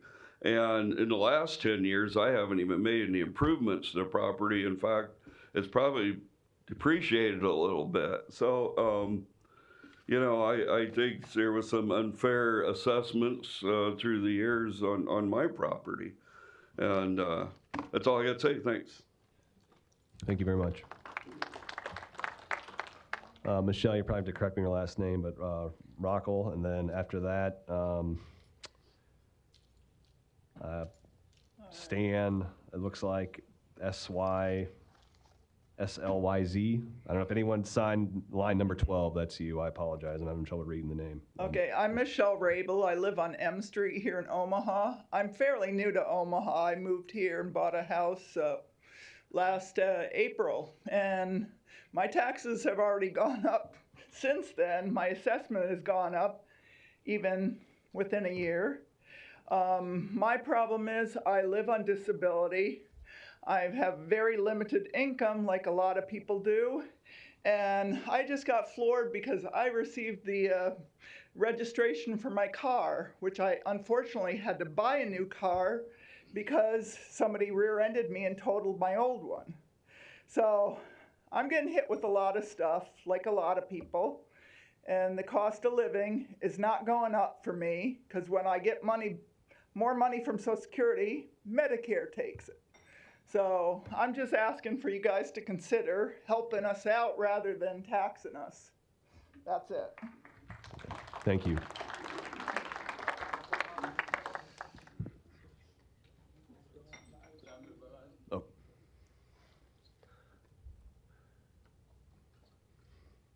After this is Nick Maloli. Hi, my name is Samuel Barazi. I live in Midtown. I just everything I want to talk about has already been addressed. One thing though, I got 2 by mistake evaluation. One of them was positive, one was negative. What I would like to see take, instead of just assessing different folks, different prices, have a set of increase small for everybody in town, so not one would be charged a lot more than other people. Would make it more sense. That's all I have to say. Okay, thank you. I'll still call, it's either Nick or Vic Maloli up, but Samir, you were actually, I mean, you were actually weren't far away from number 12, but I apologize, folks. Whoever signed for number 12, I'm having difficulty reading the name, but it looks like it starts with both first name and last name starts with an S. But Nick Maloli, if you're up next, and then if anyone knows who I might be talking about for number 12, you can be up after Nick. Thank you. Hi, I'd rather not give my address, but I live in Wood Valley. Sir, did I get your last name right? Is it Maloli? Maloli. Okay, thank you. Yep. I've recently relocated to Nebraska. Actually came home to support my Huskers, but that's a little rough. But I bought a house 2 years ago, 2.5 years ago, and my taxes have increased every year since I've been here. I was paying like $4,600 in taxes. Now I'm close to $6,000 in taxes. I'm gonna buy the property again in taxes. Yeah, you know, if you stay in your home for 20 years, we're gonna buy that property again. I think it's just ridiculous that it's that high.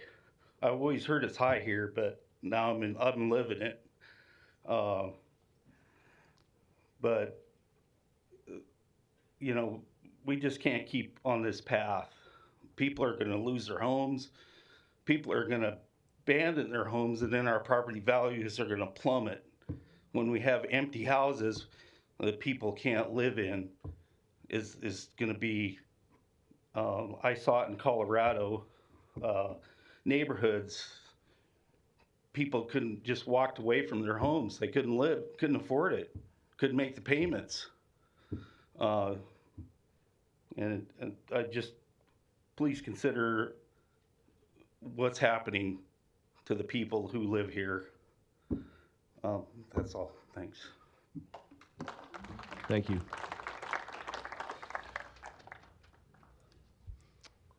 Well, I try one more time for, to me it looks like Stan Sliz. I don't know if there's anyone even close to that name or might know who I'm speaking about.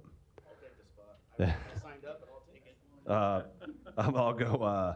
I'll go, Valerie Uri next, and then it looks like Christy Rom after that. So Valerie Uri, E-U-R-E. Okay. Is there a, oh, I'm sorry. Okay, thank you.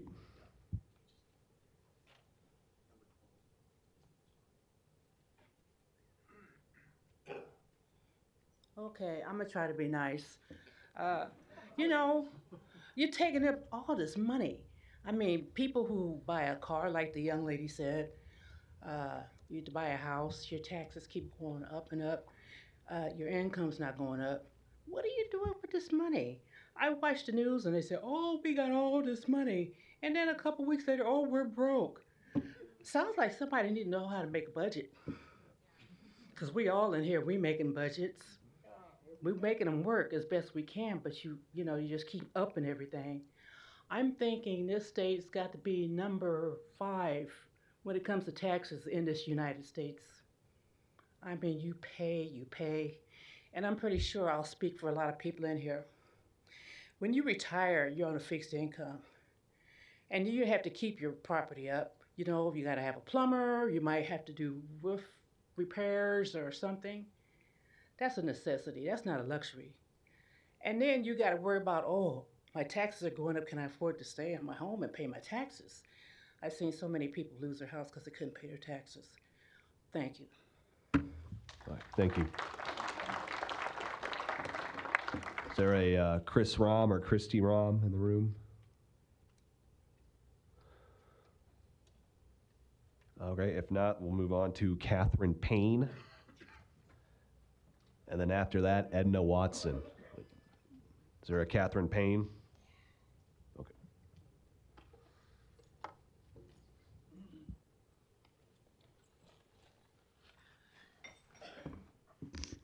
Sorry, I'm Catherine Payne. I live in Ralston. Not gonna give my address. You guys know how to find me. Ralston's pretty small. I also got multiple cards. I got this one today, realized I had to come here. I was just gonna call the number it says to call for the representative. There's no phone number. So I had to show up and speak of what's going on. There's no number to call anywhere on this card. No representative here. I looked at my own property taxes. Mine are going up $900 this year. Haven't done anything to my house. Actually went up to the 4th floor, spoke with the woman. There was a data entry error. So they gave me extra land. So they went back, even though it's been that way for about 20 years, just gave me a credit of 3 years. So for 20 years, my property's been overtaxed, but for some reason, only 3 years could be accounted for. Took it, accepted it, went on. Didn't realize, you know, as I looked through all the things, I don't really pay attention. I'm a single mom, got 2 kids to, you know, take care of, don't really follow politics that much. Attend some of the Ralston meetings, kind of listen to what's going on here and there. I did listen to the presentation where they said they were fixing the streets. Just recently, I did call about the streets. I was told, you know what, if we do repair the streets, it's gonna be in blacktop. You can get concrete and fix it yourself. So I was like, wow, well, you know, let me as a single mom go out there, get me some concrete, fix my street up. After I did fix my street up, the guy had all these little pieces of streets, stayed in my driveway forever because Papillion Sanitation won't take it because it's too heavy. So I called the city, I said, hey, it's been about a month, 2 months, had all these pieces of concrete just sitting in my driveway, can you come and pick them up? Guy was like, oh, well, why are they there? Why didn't they come get them? Well, because you told me to fix the street myself. So it's been sitting here, but Papillion Sanitation literally took it out of the trash can, just threw all the concrete, left it in my driveway and drove away. So I did call the city, the guy was nice, he did come, he did pick him up, so kudos for that. Maybe that's where some of this money is going. I was like, man, $900 for him to come pick up a concrete, wow. So, I mean, there's a lot going on. I kind of listened to the budget. I know they got like a new John Deere tractor, kind of trying to figure it all out. It just seems like there's a lot of things that they're purchasing that don't necessarily have to be purchased. I mean, at this time, you know, we're paying for this, we're paying for that. It's a lot. And we're doing a lot on our own too, because we want to live there. We want our neighborhoods to be nice. I've lived in Ralston my whole life. Love Ralston. Decided to come back. I went to Metro, Bellevue, went to several colleges. And even after all of that, decided to come back home and stay. But I'm gonna leave. Can't take it. Taxes are too high. Thank you. Edna Watson, and then after that, Doris Bayman. Hi, my name is Edna Watson, 3824 North 17th Street. I received 2 also. This one says correct on it. I have the oldest house on my block. And since 2011, when they put in these Habitat houses, my house tax has increased by $700. You have my house estimated at 42 last year. This year is 58. I have done no work on it. Only thing I've done has cut my grass to keep the weeds down. Nothing else, nothing new. Put nothing in it, nothing. It's a 2-bedroom house. Y'all have it as a 4-bedroom. I don't know where y'all get 4 at. It's only 2. I prefer it to go down. I had a job I've been working at for 20 years. 5 years ago, they let my license lapse. Didn't know that till this year. Been working for them for 15 years. So, looking for a new job and trying to keep these up. I don't know, $700 since 2011 when the Habitat houses went in? Come on. I like it to go down. Y'all have a blessed day. Thank you. Doris Bayman, then after that, Dennis Tierney. Good evening. My name is Doris Bayman. I do have a few points this evening. With these taxes, we'd really like to see what we're getting for it.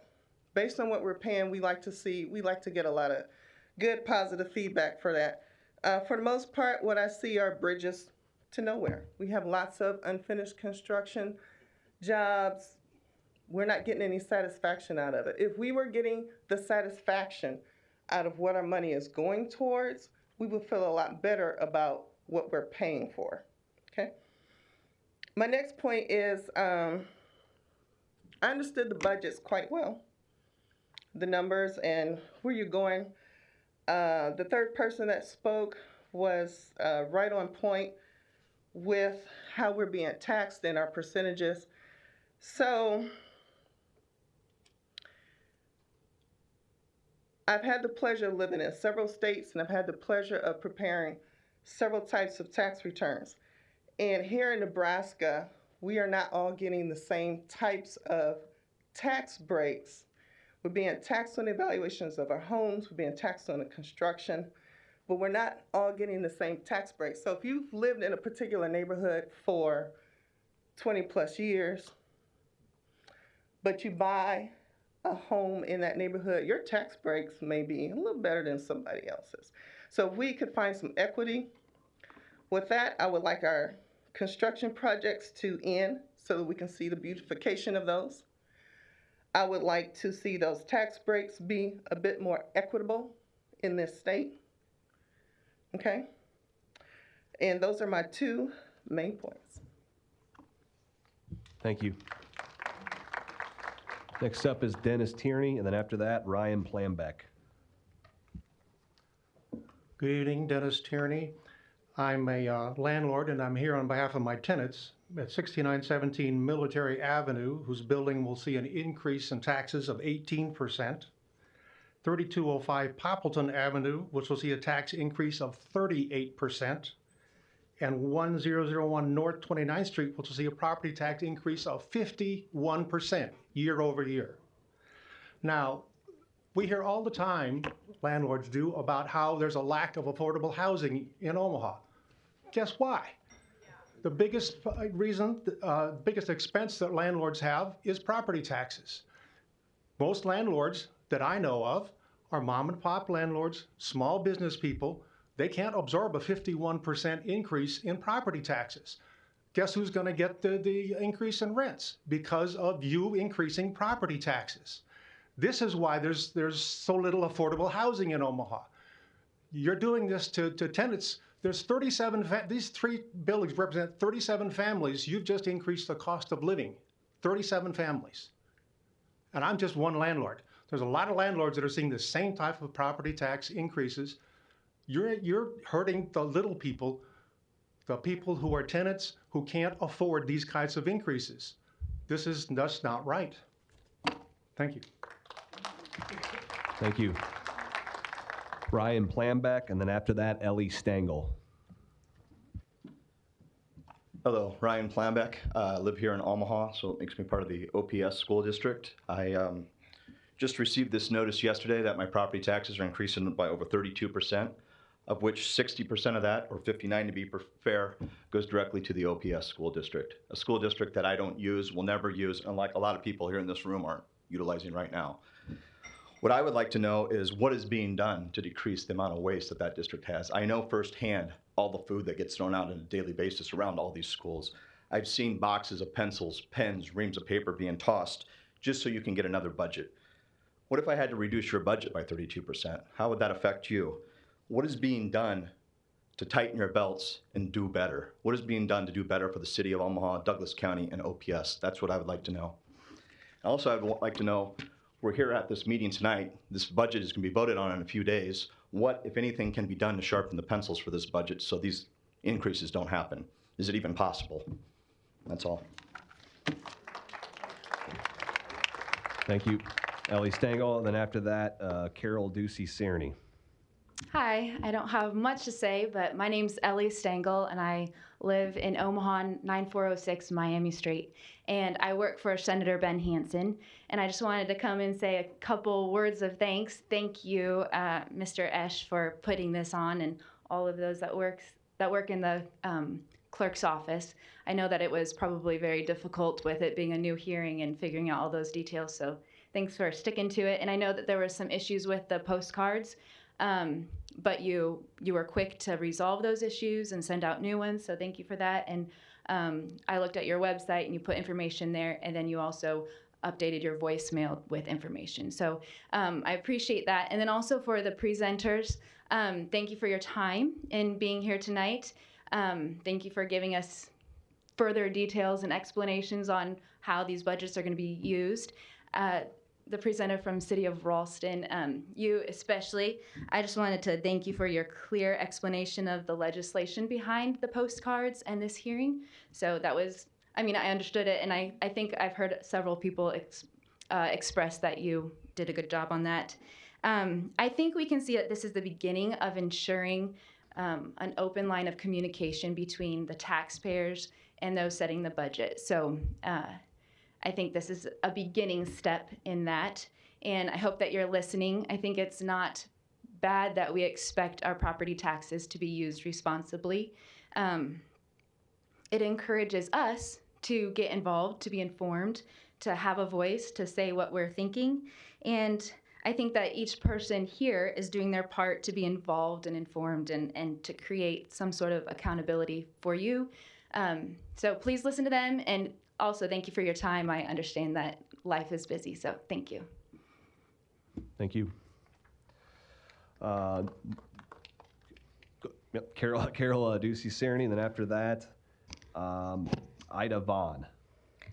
It's Carol Ducey-Cerny. I'm a taxpayer in Bennington School District, and I appreciate what she just said on wanting to have people be accountable for what the money is getting spent. I just want to tell you how Bennington ranks in there.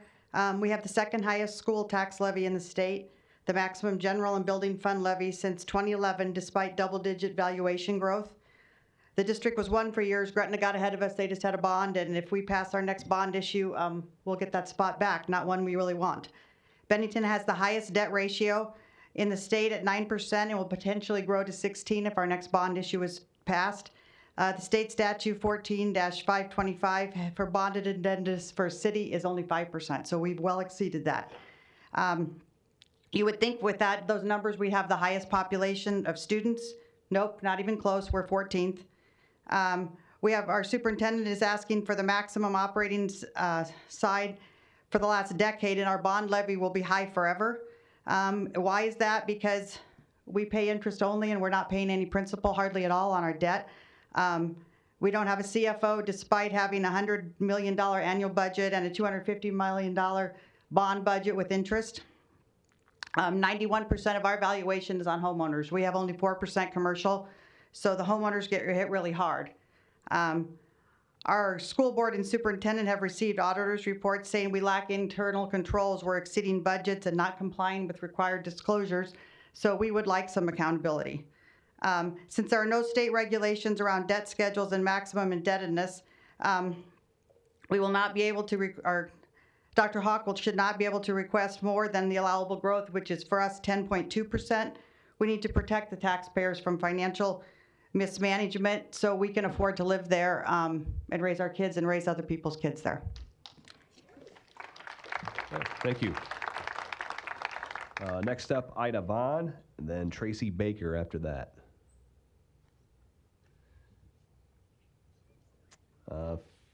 For Ida Vaughn, there is Clyde in parentheses. That, if I said someone's name wrong, but Ida Vaughn or Ida Vaughn Clyde. Okay, we'll move on to Tracy Baker. Okay. Oh, sorry. No. Then after Tracy Baker is Matt Block.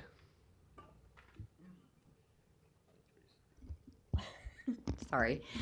Yeah, my name is Tracy Baker. I'm a taxpayer in the Bennington School District. Bennington is coming in and asking for 30.3 or a 13.5% property tax requirement over the prior year. Why? Dr. Hawk's budget presentation to the school board is convoluted, never a true financial side-by-side year over year or by expenditure to see the change.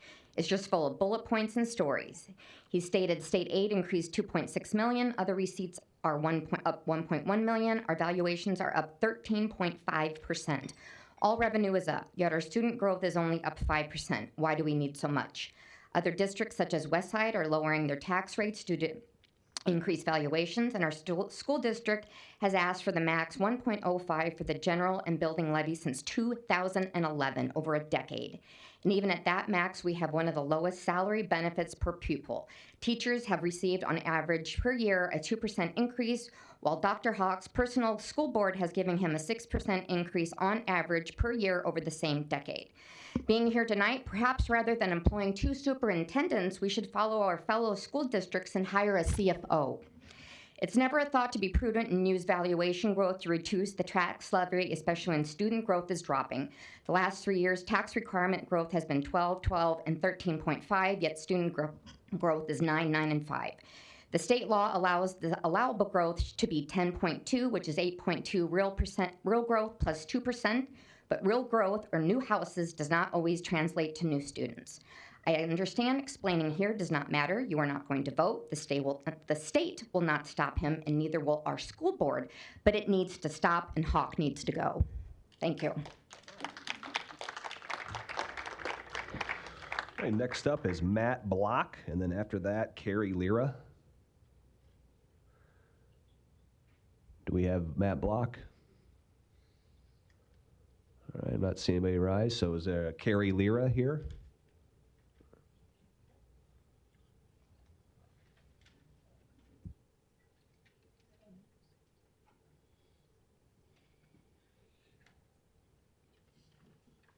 My name is Carrie Lara, and my address is 2906 Decatur Street. And I heard you guys all have like increases in your budgets of 8%. But here, I just got this today, so I didn't have a lot of time to prepare. But my taxes are going up by 135%. So that seems excessive. Just, am I paying for 15 people or what? That's all I have to say. Next up, Eric Van Heinrich, I want to say, and Crystal Van Heinrich. Sorry about that.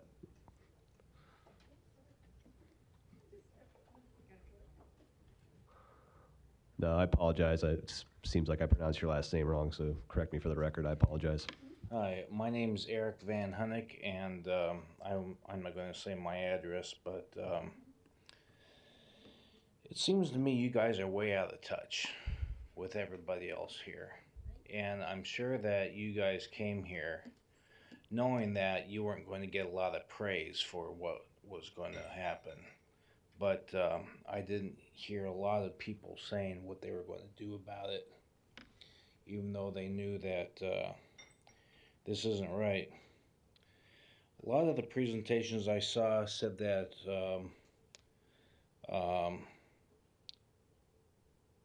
people were being paid more to remain competitive. Remain competitive with who? We're just trying to stay afloat. We're not trying to stay competitive. And seems like a lot of people are playing in the gray area when it comes to administrative processes. Our property tax is going to go up quite a bit. Our valuation went up $43,000. And my wife made sure that I put in the protest soon enough. And I took pictures. I gave property valuations of the previous years. And we got a response back saying that the appeal was denied and the reason was no proof. As several people have said, the assessor isn't here, and it feels to me a lot like like taxation without representation. And I know that we don't have a say in this, like was said before, but I'm going to remember all your faces. And I hope you raise holy hell. If just one of you will, I'll be happy. That's all I got. All right, thank you. Crystal Van Hunnick. And then after that, April Carroll. Hi, I'm Crystal Van Hunnick. Eric's my husband. We did not get notified about this. The only reason we knew about this meeting at all was because of the neighborhood app. So thank you for everybody that posted on that. We still have not received our card about our evaluation, but looked online. Our house is going up $43,000 and we put in 2 rose bushes. So there's no reason for our house to be valued at that much. Since we cannot go to the county assessor and appeal more, our last line of defense is you. We cannot afford to keep having our taxes raised on this house that is not valued, and nobody would ever buy this house for what the county assessor is saying. It is ridiculous, and we need help. My husband is a veteran. He's 90% disabled. We have a fixed income and we make it work. You guys need to make it work too. Since the county assessor, we can't do anything more about it. We have to appeal to you guys. We can't increase our taxes. It's not possible. Thank you. April Carroll, and then after that, Larry Storr.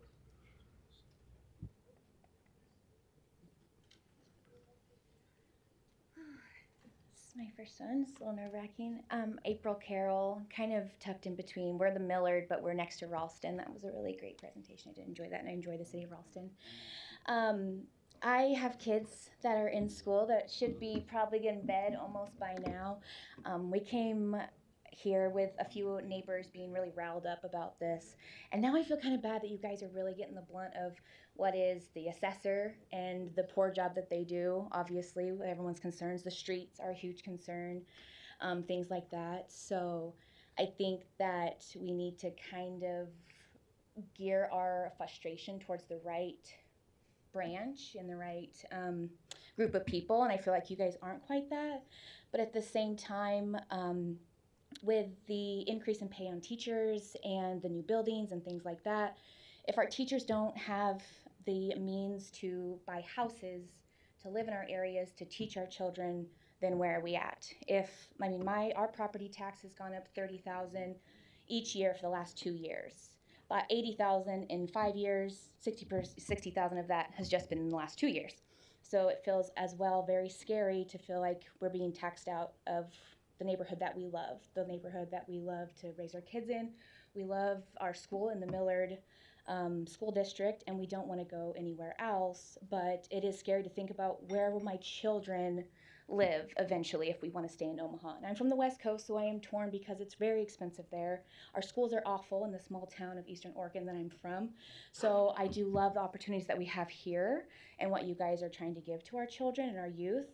But if they are going to, community colleges and things like that and getting these trades, but they can't provide for their own families, which will in turn be my grandchildren someday, then what is the point now here today? So that's just the scary part. A lot of these people may not have children in school anymore, and so they don't see the importance. I do, because my little ones are still there. But we do so much fundraising to help get the new asphalt, the new equipment, all those things. And if we are working 2 jobs each to be able to keep our home in our school district, and we can't fundraise and support our children in our classrooms, we're just seem to be worse and worse and worse and worse off. So. Thank you. Larry Storr, and then after that, looks like Penny Lidas. Larry Storr, 5015 Lafayette Avenue, Omaha, Dundee. It's not easy being green, and particularly in Dundee. I'm more fortunate than a lot of people, I guess, from tonight. I'm going to try to do a rapid thing, but I might ask for an extra minute. What's not being done tonight is, I guess, first of all, this is a public meeting. You people should be speaking to those people, not to those people. A slight change, Dan. I know you're busy, and a slight problem, but address us, not them. And one of the problems here, I think a lot of people remember the old circuses, maybe even Playland Park. People barked with the horns they called them circus barkers. They even had medicine wagons with the guy that had a little bottle of stuff that would make the medicine go down better, the bitters. And what we have here is a merry-go-round. And 3 or 4 or more brass rings. People sitting on horses trying to grab that brass ring from a taxpayer. Who sets the levy is one of those rings. Who sets the value is another ring, and they're not here. And who sets up the taxes to that value? Then who actually determines the levy or accepts the responsibility for any of it? Because all of these different parties seem to pass the buck and to blame on to the other party. And the taxpayers really don't quite get that. But that's what is going on. It's a circus act, a sleight of hand, a card trick. Peter, Whippy said, I'll pay you tomorrow for a hamburger today. Eventually, you go broke.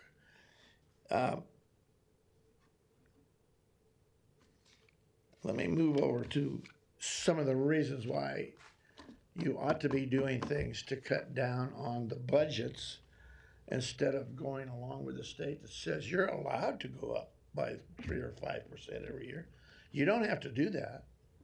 I remember when I was in business and sales, if you didn't increase your budget every year, you lost it. Larry, We don't I'm want sorry, you but to we need to increase finish it. up. There's a lot of programs that you guys are spending money on to people that do not report to you. People outside national associations of justices, of city Larry, please finish up. Yeah, national associations that write the stuff for you to spend, but you don't answer to us. There's no cameras, no press here. It's just not a public meeting. All right, thank you, Mr. Storr. Open Meetings Act is maybe being violated. Thank you. Penny Lidas, and then after that, it looks like Sydney Hubbard. My name is Penny Listis. I reside at 2835 South 32nd Street. I understand it's not really to address property increases and that. It's you coming forward to say that there's a budget at hand and you need more money in order to make these goals for our city and the citizens possible. I'm just asking you to reconsider of all the things you heard today. People are saying over and over again they can't afford it. Is there a way for you to cut back? Could Douglas County look more interested in the proceedings that are going on? Listen to the people and what they're saying. If you can trim your budget, please do. A lot of people out there are hurting. Just because it can be increased doesn't mean it has to be increased. Thank you. Thank you. Symphony Hubbard, and then I want to say it's Nancy Adler. Good evening. My name is Cindy Hubner. I am a proud citizen of Ralston, having moved there in 2016. Thank you to gentlemen from Ralston who gave presentations tonight. I want to encourage all of us, behind and forward, because we're all citizens of America, to consider that perhaps we can do things differently.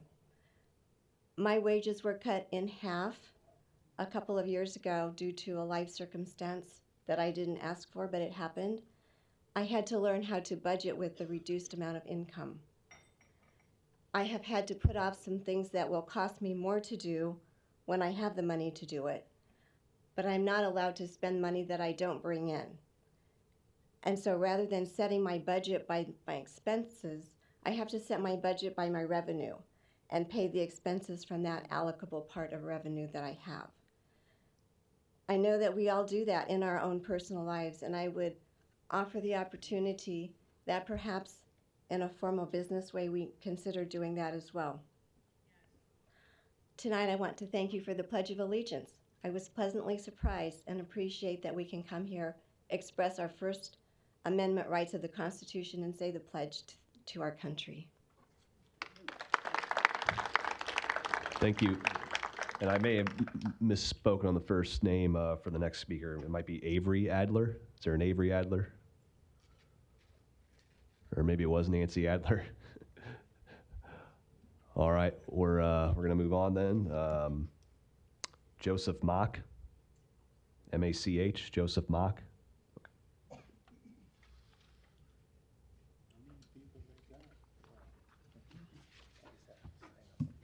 Good evening. I'm Joseph Mock. I live at 110 West 18th Avenue in Bellevue. I am a National Guardsman, and recently I was deployed to Djibouti. And during that time, my local representative decided to blight my neighborhood while I was gone, which was awesome. You'd think, okay, blighted, I'm going to maybe reduce the value of this home because, by the way, this was designed and it was based upon the fact that there was a piece of Fontenelle forest in the back and saying that that was unused land, but it was just forest where the deer and everything is living, and so who's supposed to be using that? So we had no say in the matter. Now my value has actually increased by 15% of my land. You know, and then I just received this letter on a Saturday. You guys sent it out, so obviously it didn't make it till Monday, and there's no number on here. So my taxes are going up. You know, there's a lot of things that could be going on. I know that also this property development, they did this property development in this blighted area, and they're getting the maximum tax relief while they build this new property that moved away all these birds or whatever, I don't know. Anyways, the point is okay, some people, they're gonna have their taxes increase, what have you, but I mean, I'm in literally a blighted area and you decided to increase it anyways. So what's up with that? Thank you. All right, John Ayers. And then after that, it looks like Carlos Lucas Polk maybe, but John Ayers next. Hi, my name is John Ayers. I'd rather not give my address. I like to think of myself as financially responsible, fiscally responsible. I moved here in '97 with 2 children. I now have 8. 2 are adopted. I like to think I give back. I'm trying to keep one of the adopted boys out of our juvenile correctional facility. I've thought about moving there myself. My property increased in valuation 7 times in the last 19 years. I've protested it 7 times. I've won 3. This last year, it went up 54%. I have decreased it in arguments and presentations to 36%. I'm prepared and I'm pretty good at arguing because I have a simple home, but it's in a nice area. So the valuation wants to go up because it's a hot area. But I lost my train of thought. Give me a minute. I'm prepared to try and argue my valuation, but I'm not at all prepared to deal with levy increases that probably will not come down.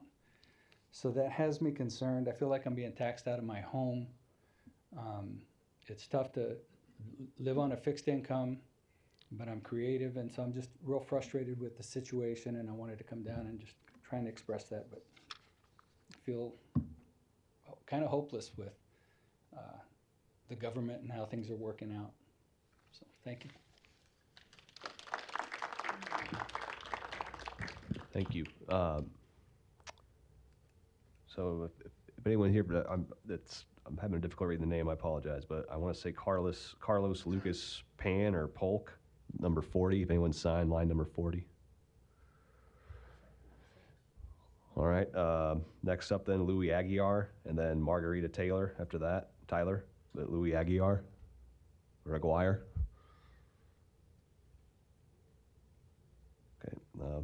Margarita Tyler.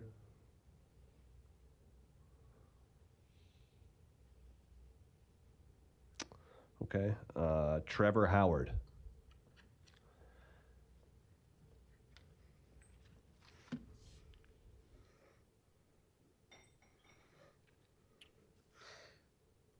Thank you for all the presentations tonight. My name is Trevor Howard. I live in the city of Omaha. Thank you for being straightforward with the speaking. One thing about myself is I approach situations and look at them in the long term. And that's how I'm approaching this tonight. It seems that the majority of the people involved in these tax hikes don't think of the long term, and that's dangerous. I love Omaha and the atmosphere it provides. When people move here or people move from city to city within Omaha, I tell everybody it's a big city with a small town feel. You know someone who knows someone. Omaha is a growing city. It's also going the way of the failing cities as far as its communities. And by doing this, pricing people out of their current homes or preventing first-time buyers from buying homes. And I know this because I'm a realtor. I meet with people every day, and people come to me with $30,000 to $40,000 a year incomes, wanting to buy a home in a good area for a good school, and they're unable to because of the taxes. Not because of the price of the home, but because of the taxes. Lenders don't lend on taxes. They lend on price of the home. People are moving here to get out of high tax states like California and Oregon, which is seen raising taxes here. So bringing problems, but I don't think they're bringing problems. I think problems are just being created. I've personally experienced an influx of people from other states. So I've been on the front line the last few years with the boost in the market. Milk cost me alone $52 extra a year. That's how I put my budget yearly. That's one essential food item. Gas for homes and cars are going up. Electricity bills are going up. My taxes have gone up 60% in the last 7 years that I've owned my home. Based on this, it's gonna go up another 15%. To give everybody an idea, when I bought my home, it's $2,929. That was the taxes amount. They're at $4,600 right now. Last year, $1,000 went up. Yeah, they went down $100 a year before. We were happy about that. Then we got kicked in the teeth with $1,000.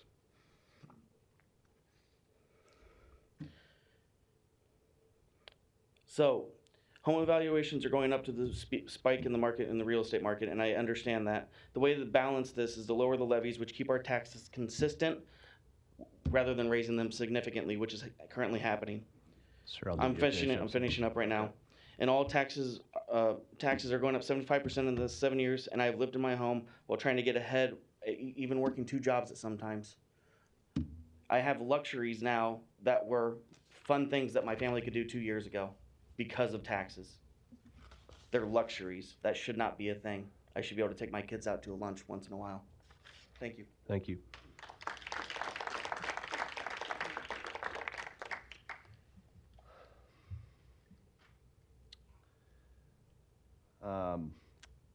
First name starts with a G and last name starts with an F. There we go. Then after that, Tony K. South.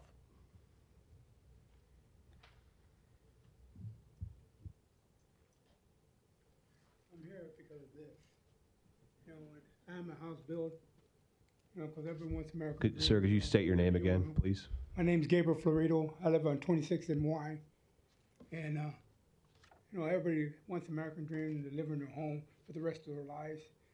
I built this house for under $100,000, but it's gone up to $200,000. Nobody will buy that house. There's a big trucking company behind me. I mean, it's noisy as hell. I've even called the city to put a couple of speed bumps in my block, and it's like pulling a tooth. They won't do nothing. But they want money out of me constantly. And you guys, do we vote on you guys? I mean, maybe we should change some of you so you guys work for the American people. You know, I would like to have somebody represent me and represent everybody in here. So, hey, you know, we're working for you and not big business. You know, you could say to the schools, hey, well, we're going to put a freeze on our schoolwork or any buildings for the next 10 years so we don't have to hurt the taxpayers. You know, that would probably help us a lot. And, you know, we'd be grateful. I got 3 kids living right next door to me.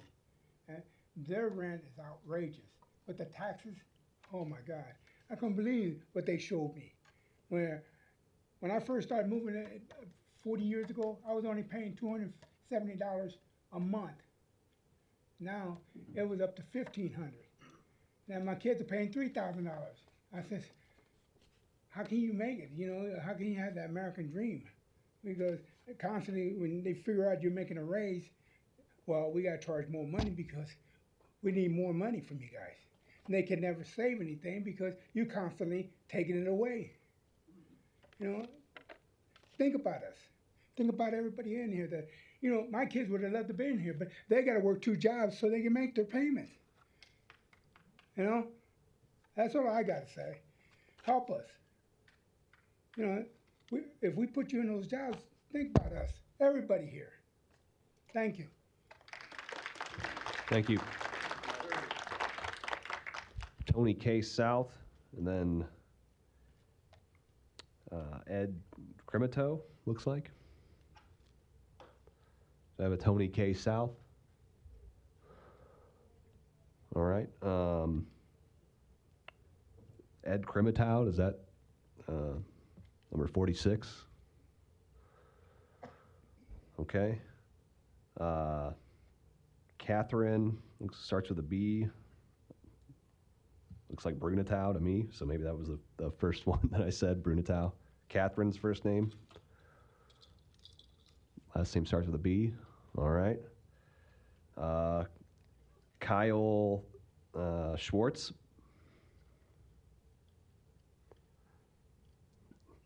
Okay. Ross Manhart.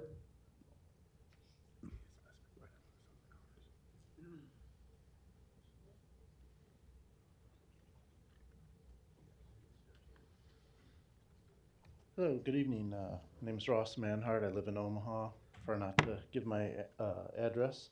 I'm not going to say anything that hasn't been said by anybody else here. It just seems like this was ill-prepared as far as, I mean, most of us have 2 of these cards in our hands tonight, so I think to rush into this voting on this bill would be a mistake at this point until we have further information from our county assessor on how our taxes can be assessed equitably across the entire county, because I hear multiple people giving me different percentages about how much their taxes have gone up.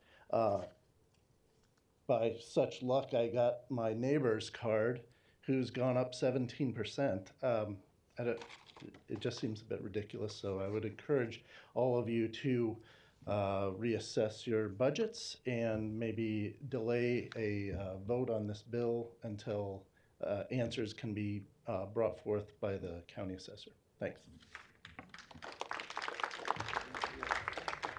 Next up is Harvey Bertley, and then after that I have Alan Haro. My name is Harvey Bertley. I will not give my address. I'm a retired veteran, Vietnam veteran, Purple Heart recipient. I've been over 3/4 around the world. I've been to 43 of the 50 states. I retired from the Union Pacific Railroad. And you got the 3 6s, Screech, Safety, School, Sanitarian, and Service and Space. And these are not being fulfilled by the city of Omaha. City of Omaha is trying to be a big city. I came here in 1966, and the city is trying to rebuild itself in 10 years on the backs of the poor people. I speak for the poor people. I live north of Cummins Street, and you look at Cummins Street, and you look at south of Cummins Street, and it's a tale of 2 cities. And none of the things that the tax levy is addressing affects North Omaha. The city got $5,300,000 from this federal government.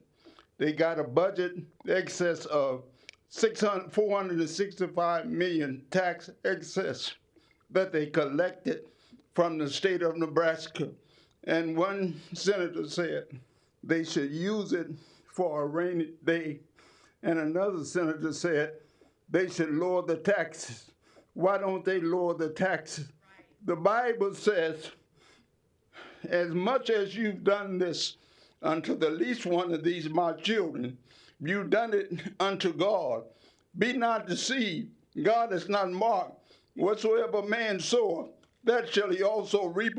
I want you to know you got to see God one day, and it's coming up again. You don't care about the poor people. You don't care about the poor people. This is the way this city is run. The city, it's obvious that the city don't care nothing about the poor people. Thank you. Next, we have Alan Haro, and then Jerry Pascal after that. And I apologize, sir, if I pronounced your last name wrong. Apologies accepted. It's actually Alan Hart, and I live at 237 North 118th Street here in Omaha. And yes, I received a card which showed about a $54 increase or something like that, and I'm going, okay, I can live with that. Then I'm hearing in the media that, oh, there's mistakes with the cards, and it's not going to cost us taxpayers anymore because the company was going to redo it. I hope you fire them and find somebody else, because that's ridiculous. But when my card came, I got it today. I worked till 5:30. I got this. I'm going, Diane, don't put the food on the table. I'm going down to talk. Mine went up, my valuation went up $55,400 from last year. So that resulted in a 26.8% valuation increase from last year. The taxes went up 26.7%. I did some rounding, but that's $1,152 more per year. I will tell you, I am a CFO too for a large nonprofit retirement community here in Omaha. So yes, I study budgets. Tonight,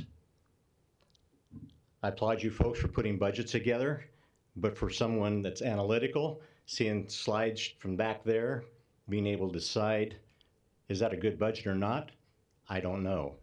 I challenged every one of my department heads to come in under budget because of the rising costs.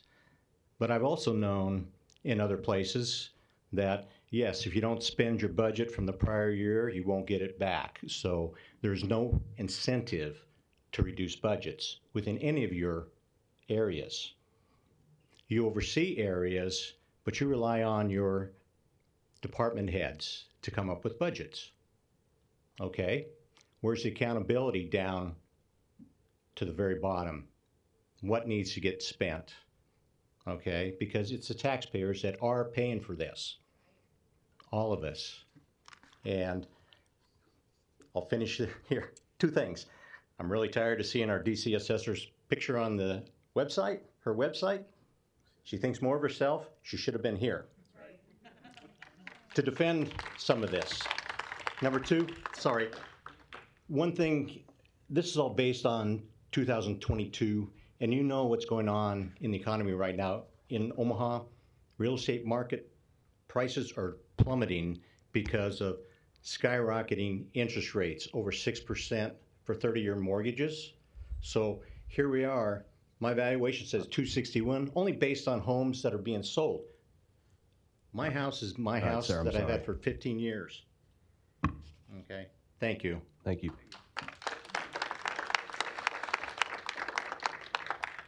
Jerry Pascal, and then after that, Michael Lovejoy.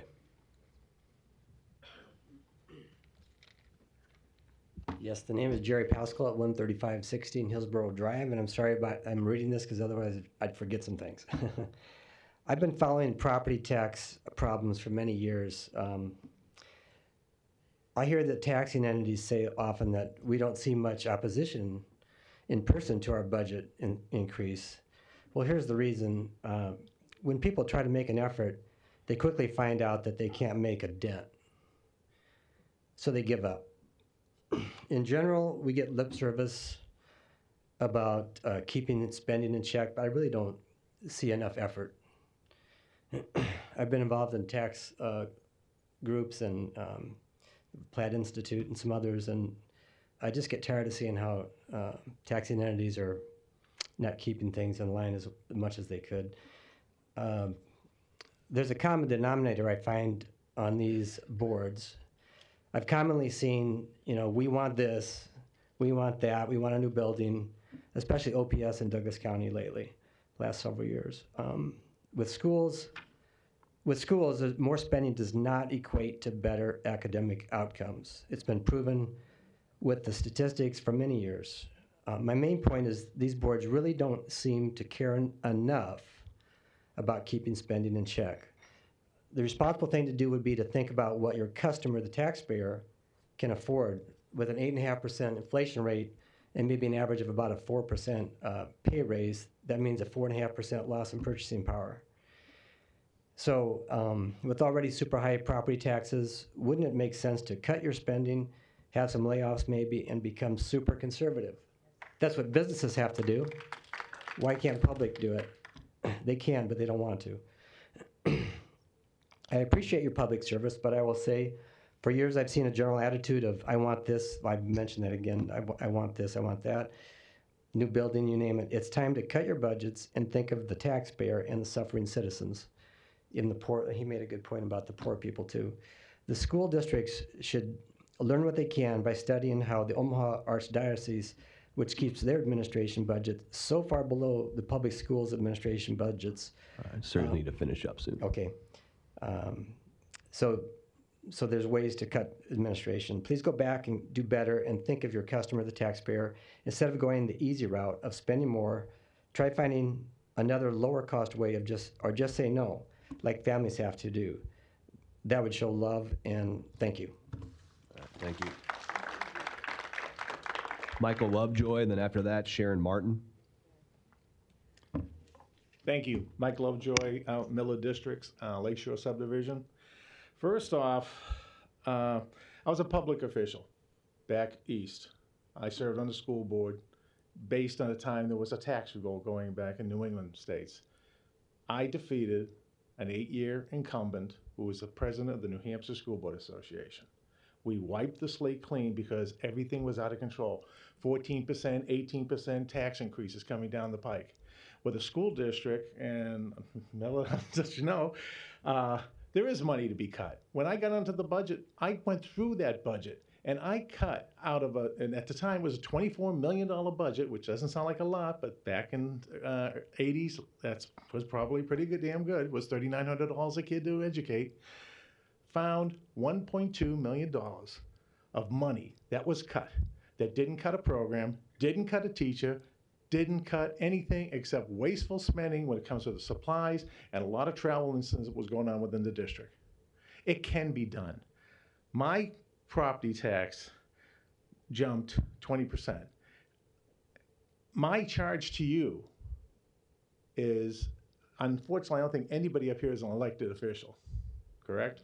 Nobody up there is. Our district, the assessor should have been here. That is a slap in the face to everybody in this room, to every taxpayer in this town. She should have been here to hear the heat. But I'm charging back to you. You keep saying there's no increase, the levy's remaining the same. No, it's not. My increase is 20%. That is not level funded budgeting. You can reduce money. You can reduce the cost to all of us by responsibly planning your budget out. Look at what you're spending. Do I really need to spend it? Can I put those capital improvement projects on hold till we get through this mess? That's all I have, and I've just made my time. Thank you. Thank you. Sharon Martin, and then after that, looks like Jane Ed. Sharon Martin. All right, we have a Jane, it looks like ED. I don't know if I'm saying the last name right, but Jane is the first name, number 57, if you remember that. Okay. Wayne Housden. Wayne. Connie Ludwig.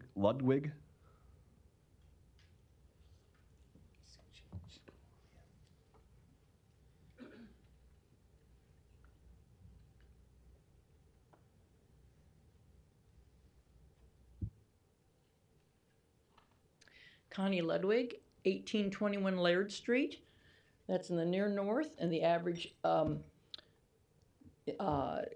cost of living down there is low.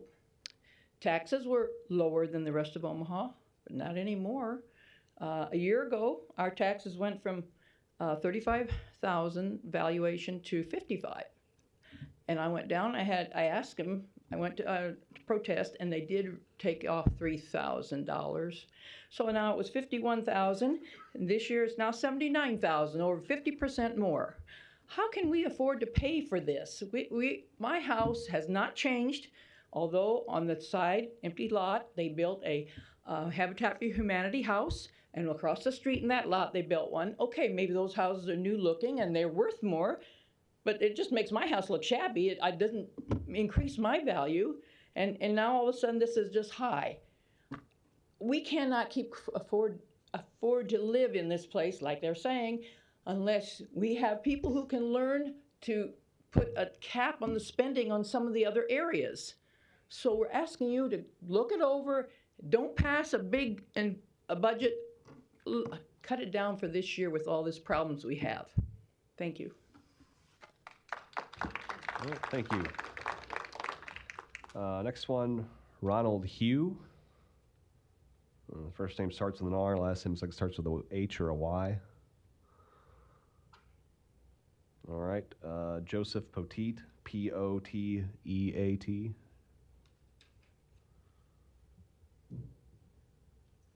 Same to you. Apologize if I said your last name wrong. You got it right. Lady, gentlemen, thank you for coming and holding this meeting.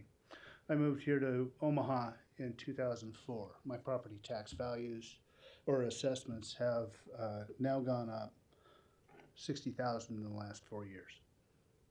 That's the assessor problem.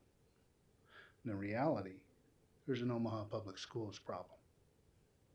Omaha Public Schools is asking for far too much money. Omaha Catholic Schools only cost $3,000 for a junior high student. Only cost $6,600 for a high school student. Or if you go for the high dollar Mount Michael, which is the best school in the state. I'm moving again. I left California in 2004. I'm leaving to a low-tax state. Cut the taxes, cut the BS. I'll leave the F-bombs elsewhere. And also, thank you for coming, Ghost of King George. All right. Carmela Kramer Carney. And then after that, looks like first name starts with a J, then Janelle McQuinn maybe. But is there a Carmela Kramer Carney here? Okay, and then J, the first name looks like JMC, then oh, okay. Oh, thank you. Yeah, if you want to, you're next. And Janelle, before you start, just so I'm at the last of the list for the people who signed in, but if you want to speak and you didn't sign in, you'll have an opportunity to after Janelle. I'll just need you to, once she's done, I'll leave some time for people to come to the podium, and you'll just need to state your name clearly for the record. Thank you. My name's Janelle McCann. I live in Omaha. I rather not give my address. I would agree with pretty much everyone here that it's an assessment value that's a real issue. I've fought the increase in my property valuation every year, except for this year I didn't get in there quick enough to do so, and so my property value went from $105,000 to $178,000. All the houses in the neighborhood I live in have sold in the last 10, 15 years for about $130,000. A flipper has bought them and put in $100,000 worth of investment and then resold the house for $200,000 to $300,000. So, the response I get is, well, market value. All right. Well, I can't sell my house for $230,000 to $300,000, and I certainly don't want to pay taxes for a $300,000 house on my house, which, if I was lucky, I would sell it for $130,000. The I would consider it a form of redlining, the way that there's such disparity between how land is valued. The land on my property went from $13,000 for the lot to $41,900 for the lot. I love my area. It's not a great area. My in-laws live on 200th Street out there in Elkhorn, beautiful neighborhood. They're paying less per square foot for their lot than I am, okay, in Benson. So there's a big disparity. I don't oppose schools. I love public schools. I went to public school. I went to Central High School. I got a good education. And I want a good education for every kid in this country, in the United States and Nebraska. I want a good public education for everybody that is free to them. We do have to pay for it.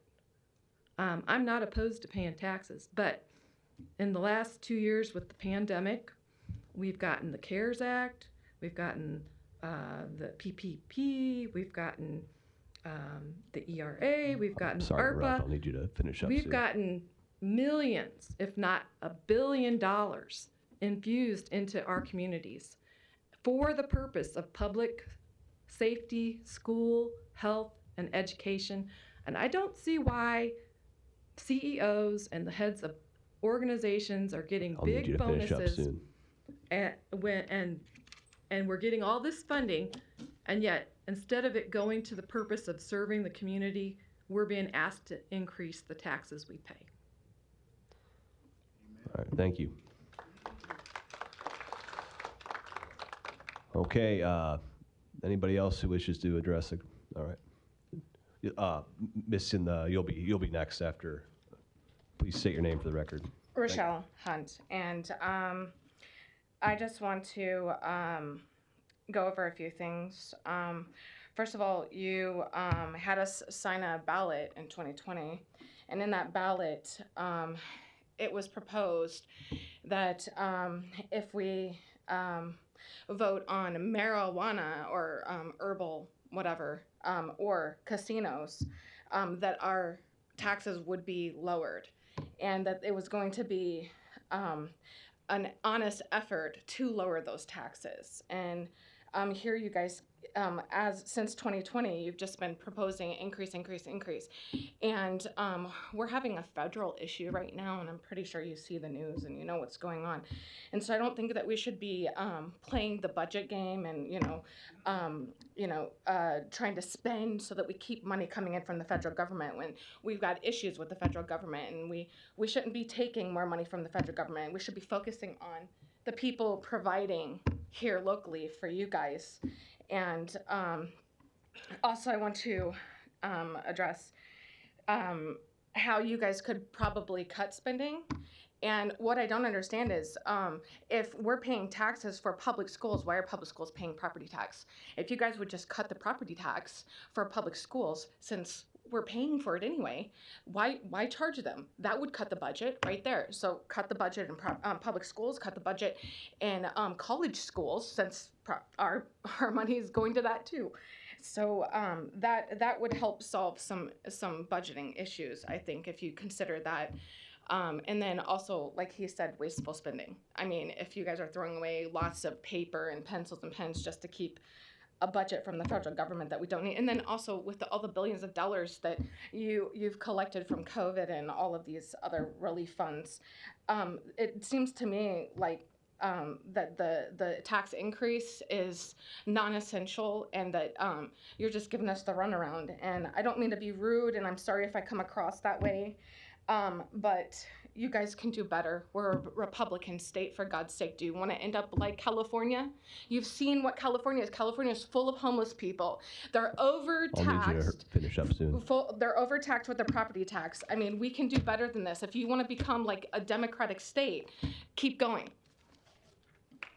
Thank you.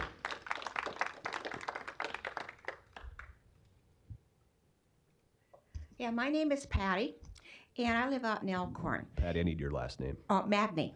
Thank you. Okay. Anyway, my taxes went up $70,000 this year, and the reason why it went up is because in my area, it's a hot area, and people are paying $1 million for a house that's got 2,100 square feet, overinflated.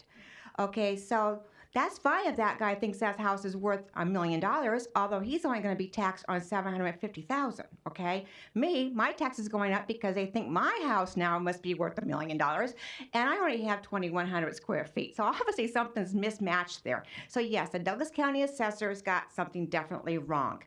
My second thing is that right now we have a windfall of valuations, okay? That are totally overinflated. What's going to happen next year when this little real estate bubble bursts? We're going to be in trouble, folks, big time. And the problem is it's now up to our taxing entities to take a look at this and figure out how we should lower that mill levy. My boyfriend laughs at me. He says, that mill levy is not going to be reduced because they don't have to. This is what they do. It keeps going up. And you know what? He's right. I assumed, being that you had a higher valuation, that our mill levy would have gone down. No, it has not. And we have not stayed the same in the budget because obviously our mill levy did not go down, and my taxes would not be going up $1,700 this year. I'm retired. You think I have $1,700 to stay in my house extra? Oh, I might have to take out a loan. But obviously, you guys don't care. Thank you. Yep, come on up. Yep, you're right there. Yep, in the blue hoodie. Yep. May have been the behind. Yeah, you can go next. Just please state your name. Good evening, Mayra Sosa. I'm here looking. Can you spell the last name real quick? I'm sorry. Sosa, S-O-S-A. Okay. Yeah. Thank you. I'm here seeking for help because my husband and I bought a property in 2018. And then the value was $102,000, and then in 2020 the value by the assessor went up to $319,000, and we end up paying $4,622 more. We used to pay $2,207 when we bought the property. And we fill up the papers to protest the value, and they denied to lower the taxes, the property taxes. So I would like you guys to keep in mind that we cannot afford paying that much, okay? So, thank you. Thank you.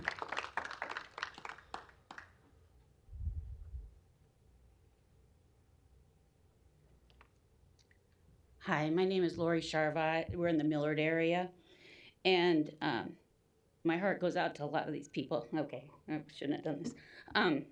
We're basically being priced out of our home. We moved to the country because we wanted out of Omaha. We moved to the country 36 years ago. Right now, our land, we bought an acreage, our land is worth more than our house. People are building $2-3 million houses by us. So they're making our house raise. The valuation we got is 5 times more than what we built it for. Yes, we can probably sell it for more than that, but that's if we sell. We don't want to sell our house, but we can't pay $10,000 in taxes either a year. So we're going to be retired next year. So our grandchildren like the house, but it's the same with everybody else, like some of these people. When this bubble breaks, my son was looking for a house. People wanted $50,000 more than that house was even worth. So when you do something like that and then it goes down, nobody's going to change the mill levy. Nobody's going to change and bring our prices of our houses down if we can't buy them anymore. We have school, as far as schools. I know I'm going to pay for schools now because people paid for schools for my kids, and I appreciate that. But I also have a lot of teachers in the family and friends. All this money you guys have, why are the teachers buying supplies? Why are the teachers buying things for kids? Why are there drives to get all this stuff? Where's the money going? There's a lot of ways. We don't need the brand new shiny thing every single time. And I think that's in other states. A friend is moving to South Carolina for a $340,000 house. for her taxes on the house and her car. They'll pay $1,500 a year. A year. So Missouri, all these other states, there's something wrong. People have got it, and the same thing. Just because you have it doesn't mean you need to spend it. Like the Bob Carey Bridge. We had to build a bridge because we had the money from the federal government. Why couldn't we have given that money back? Why couldn't it have gone to schools and make our schools actually teach our kids? You don't need the fancy shiny thing to teach a kid how to read, write, and be good people. Thank you. Thank you. Is there anyone else wishing? Come on forward.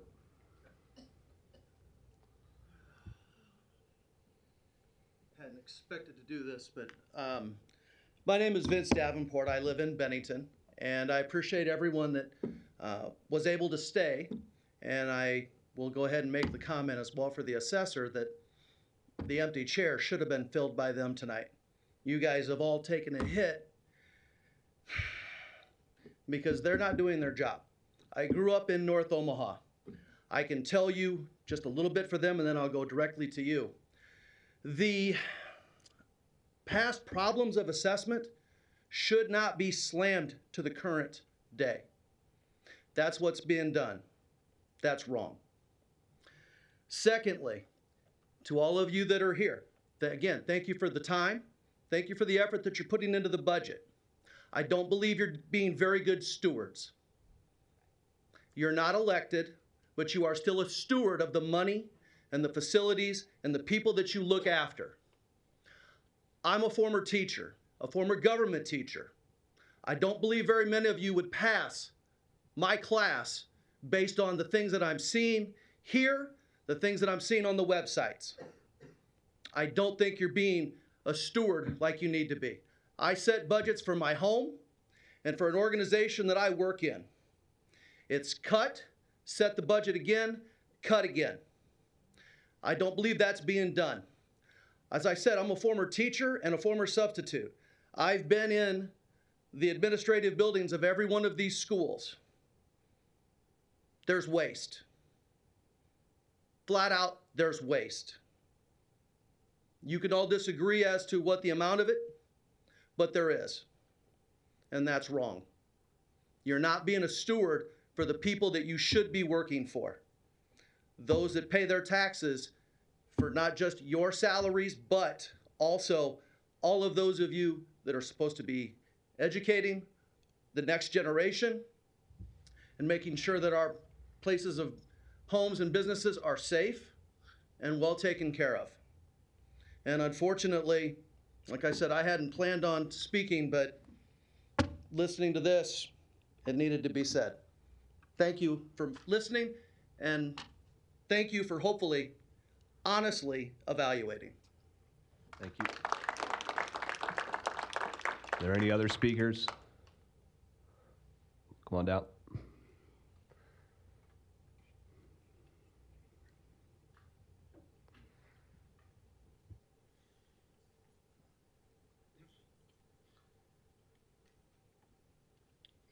Troy Kendall, I live in Omaha. What did this cost us to send all these out? Nobody said anything about that. What was the extra money? Thousands, tens of thousands to ship out? We wouldn't have got ours because they were cutting down our tree because the city said it died too much, so we had to pay to take that down. The mailman walked around the tree, and I went and grabbed him and said, "Hey, do you have our mail?" We wouldn't have got this. The other question I have for you, those of you who doesn't, with the community college, have you ever stood at the end of a lunch line and watched what the kids throw away that they don't eat? Our school was one of those a few years ago. They shipped their kids up to North 30th and put them in that little building while they remodeled their school real beautiful. And they had this nice presentation when they came back. They served pancakes from the pancake dude and sausages on a night that people couldn't eat pork. Do you know how, I walked over and looked and I couldn't believe how much sausages were thrown in the garbage. Who paid for that?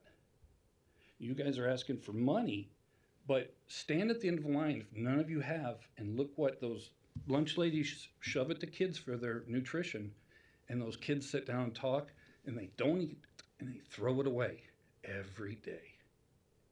And now they want to cut that stuff. You see it on the news. No more free lunches for kids that don't have enough money. It's not fair to them. They send home, my son's got 2 kids. They send home food with them in bags on Fridays to the kids that they think need the food. Why are you sending food home? Save that money. Let those parents, that's something they need to go to a food kitchen, their families, something, and ask for help. We have a neighbor who is totally disabled, like I am, but everything she gets is paid for. She has a renter that lives upstairs, doesn't pay any money to anybody. She takes that money and puts it in her pocket. She goes to all of the food kitchens around town and gets money, her dog food, and then she cooks it and serves it at her front door. People pull up every day at lunchtime and go up and buy that food that was given to her for free. I'll need to finish up soon. Okay, thank you. Any other speakers? Yes, come on up. And if there's anyone after this gentleman coming down, maybe just move closer to the front if you wish to speak. Okay, I see you there, so you can go next, sir. All right, so my name is Braxton Farmer. I'm new to Omaha. We live at 4612 Bedford Ave. We came from Utah, and our tax rate is more than double. The parks are in a state of disrepair, at least around our area. Our street has potholes. Like, to me, it's like, where is this money going? I'm paying double the property tax here in comparison to where I came from. Maybe I'm wrong, but it just doesn't seem like it's being utilized properly, just from the perspective of being charged double of what I paid previously. So that was just pretty much my 2 bits. Everyone else covered up whatever I wanted to say, but maybe I don't understand taxes. I am young. I got time to learn it, but right now all I know is I got to pay my taxes. I'm going to die someday. Those are the only 2 certainties.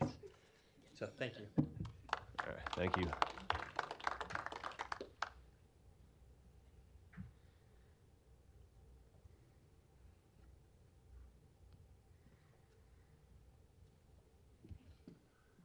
My name is James Seifert. I live in Bellevue. I had the good fortune to be invited to a presentation at Creighton University just last night by a gentleman who left such high places as the International Monetary Fund to work with the Jesuits and write a book called Cathonomics, where he compared that to neoclassical economics. And then the presentation was to Creighton students, of course, and the place was packed, for them to evaluate the 2 systems and decide which is better.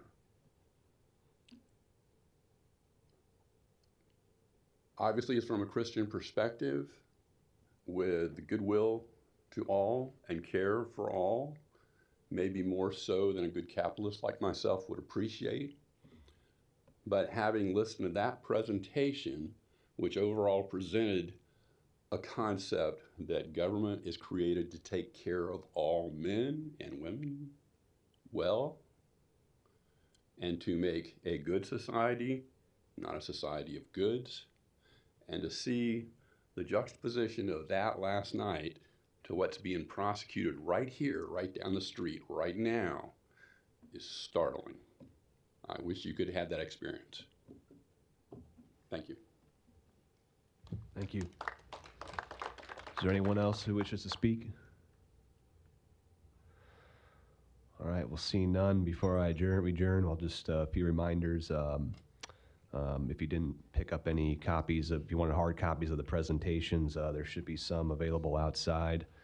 If they're all gone, you could send an email to countyclerk@douglascounty-ne.gov. There's a pamphlet out there with different county phone numbers on there. It's got some city ones too. But anyway, on the front of the pamphlet is the clerk's main website, and our email address is on the front page. And these presentations will include contact information for the political subdivisions that made the presentations if you wanted to contact them. So I appreciate everybody taking their time to come out tonight, and we are adjourned. Thank you.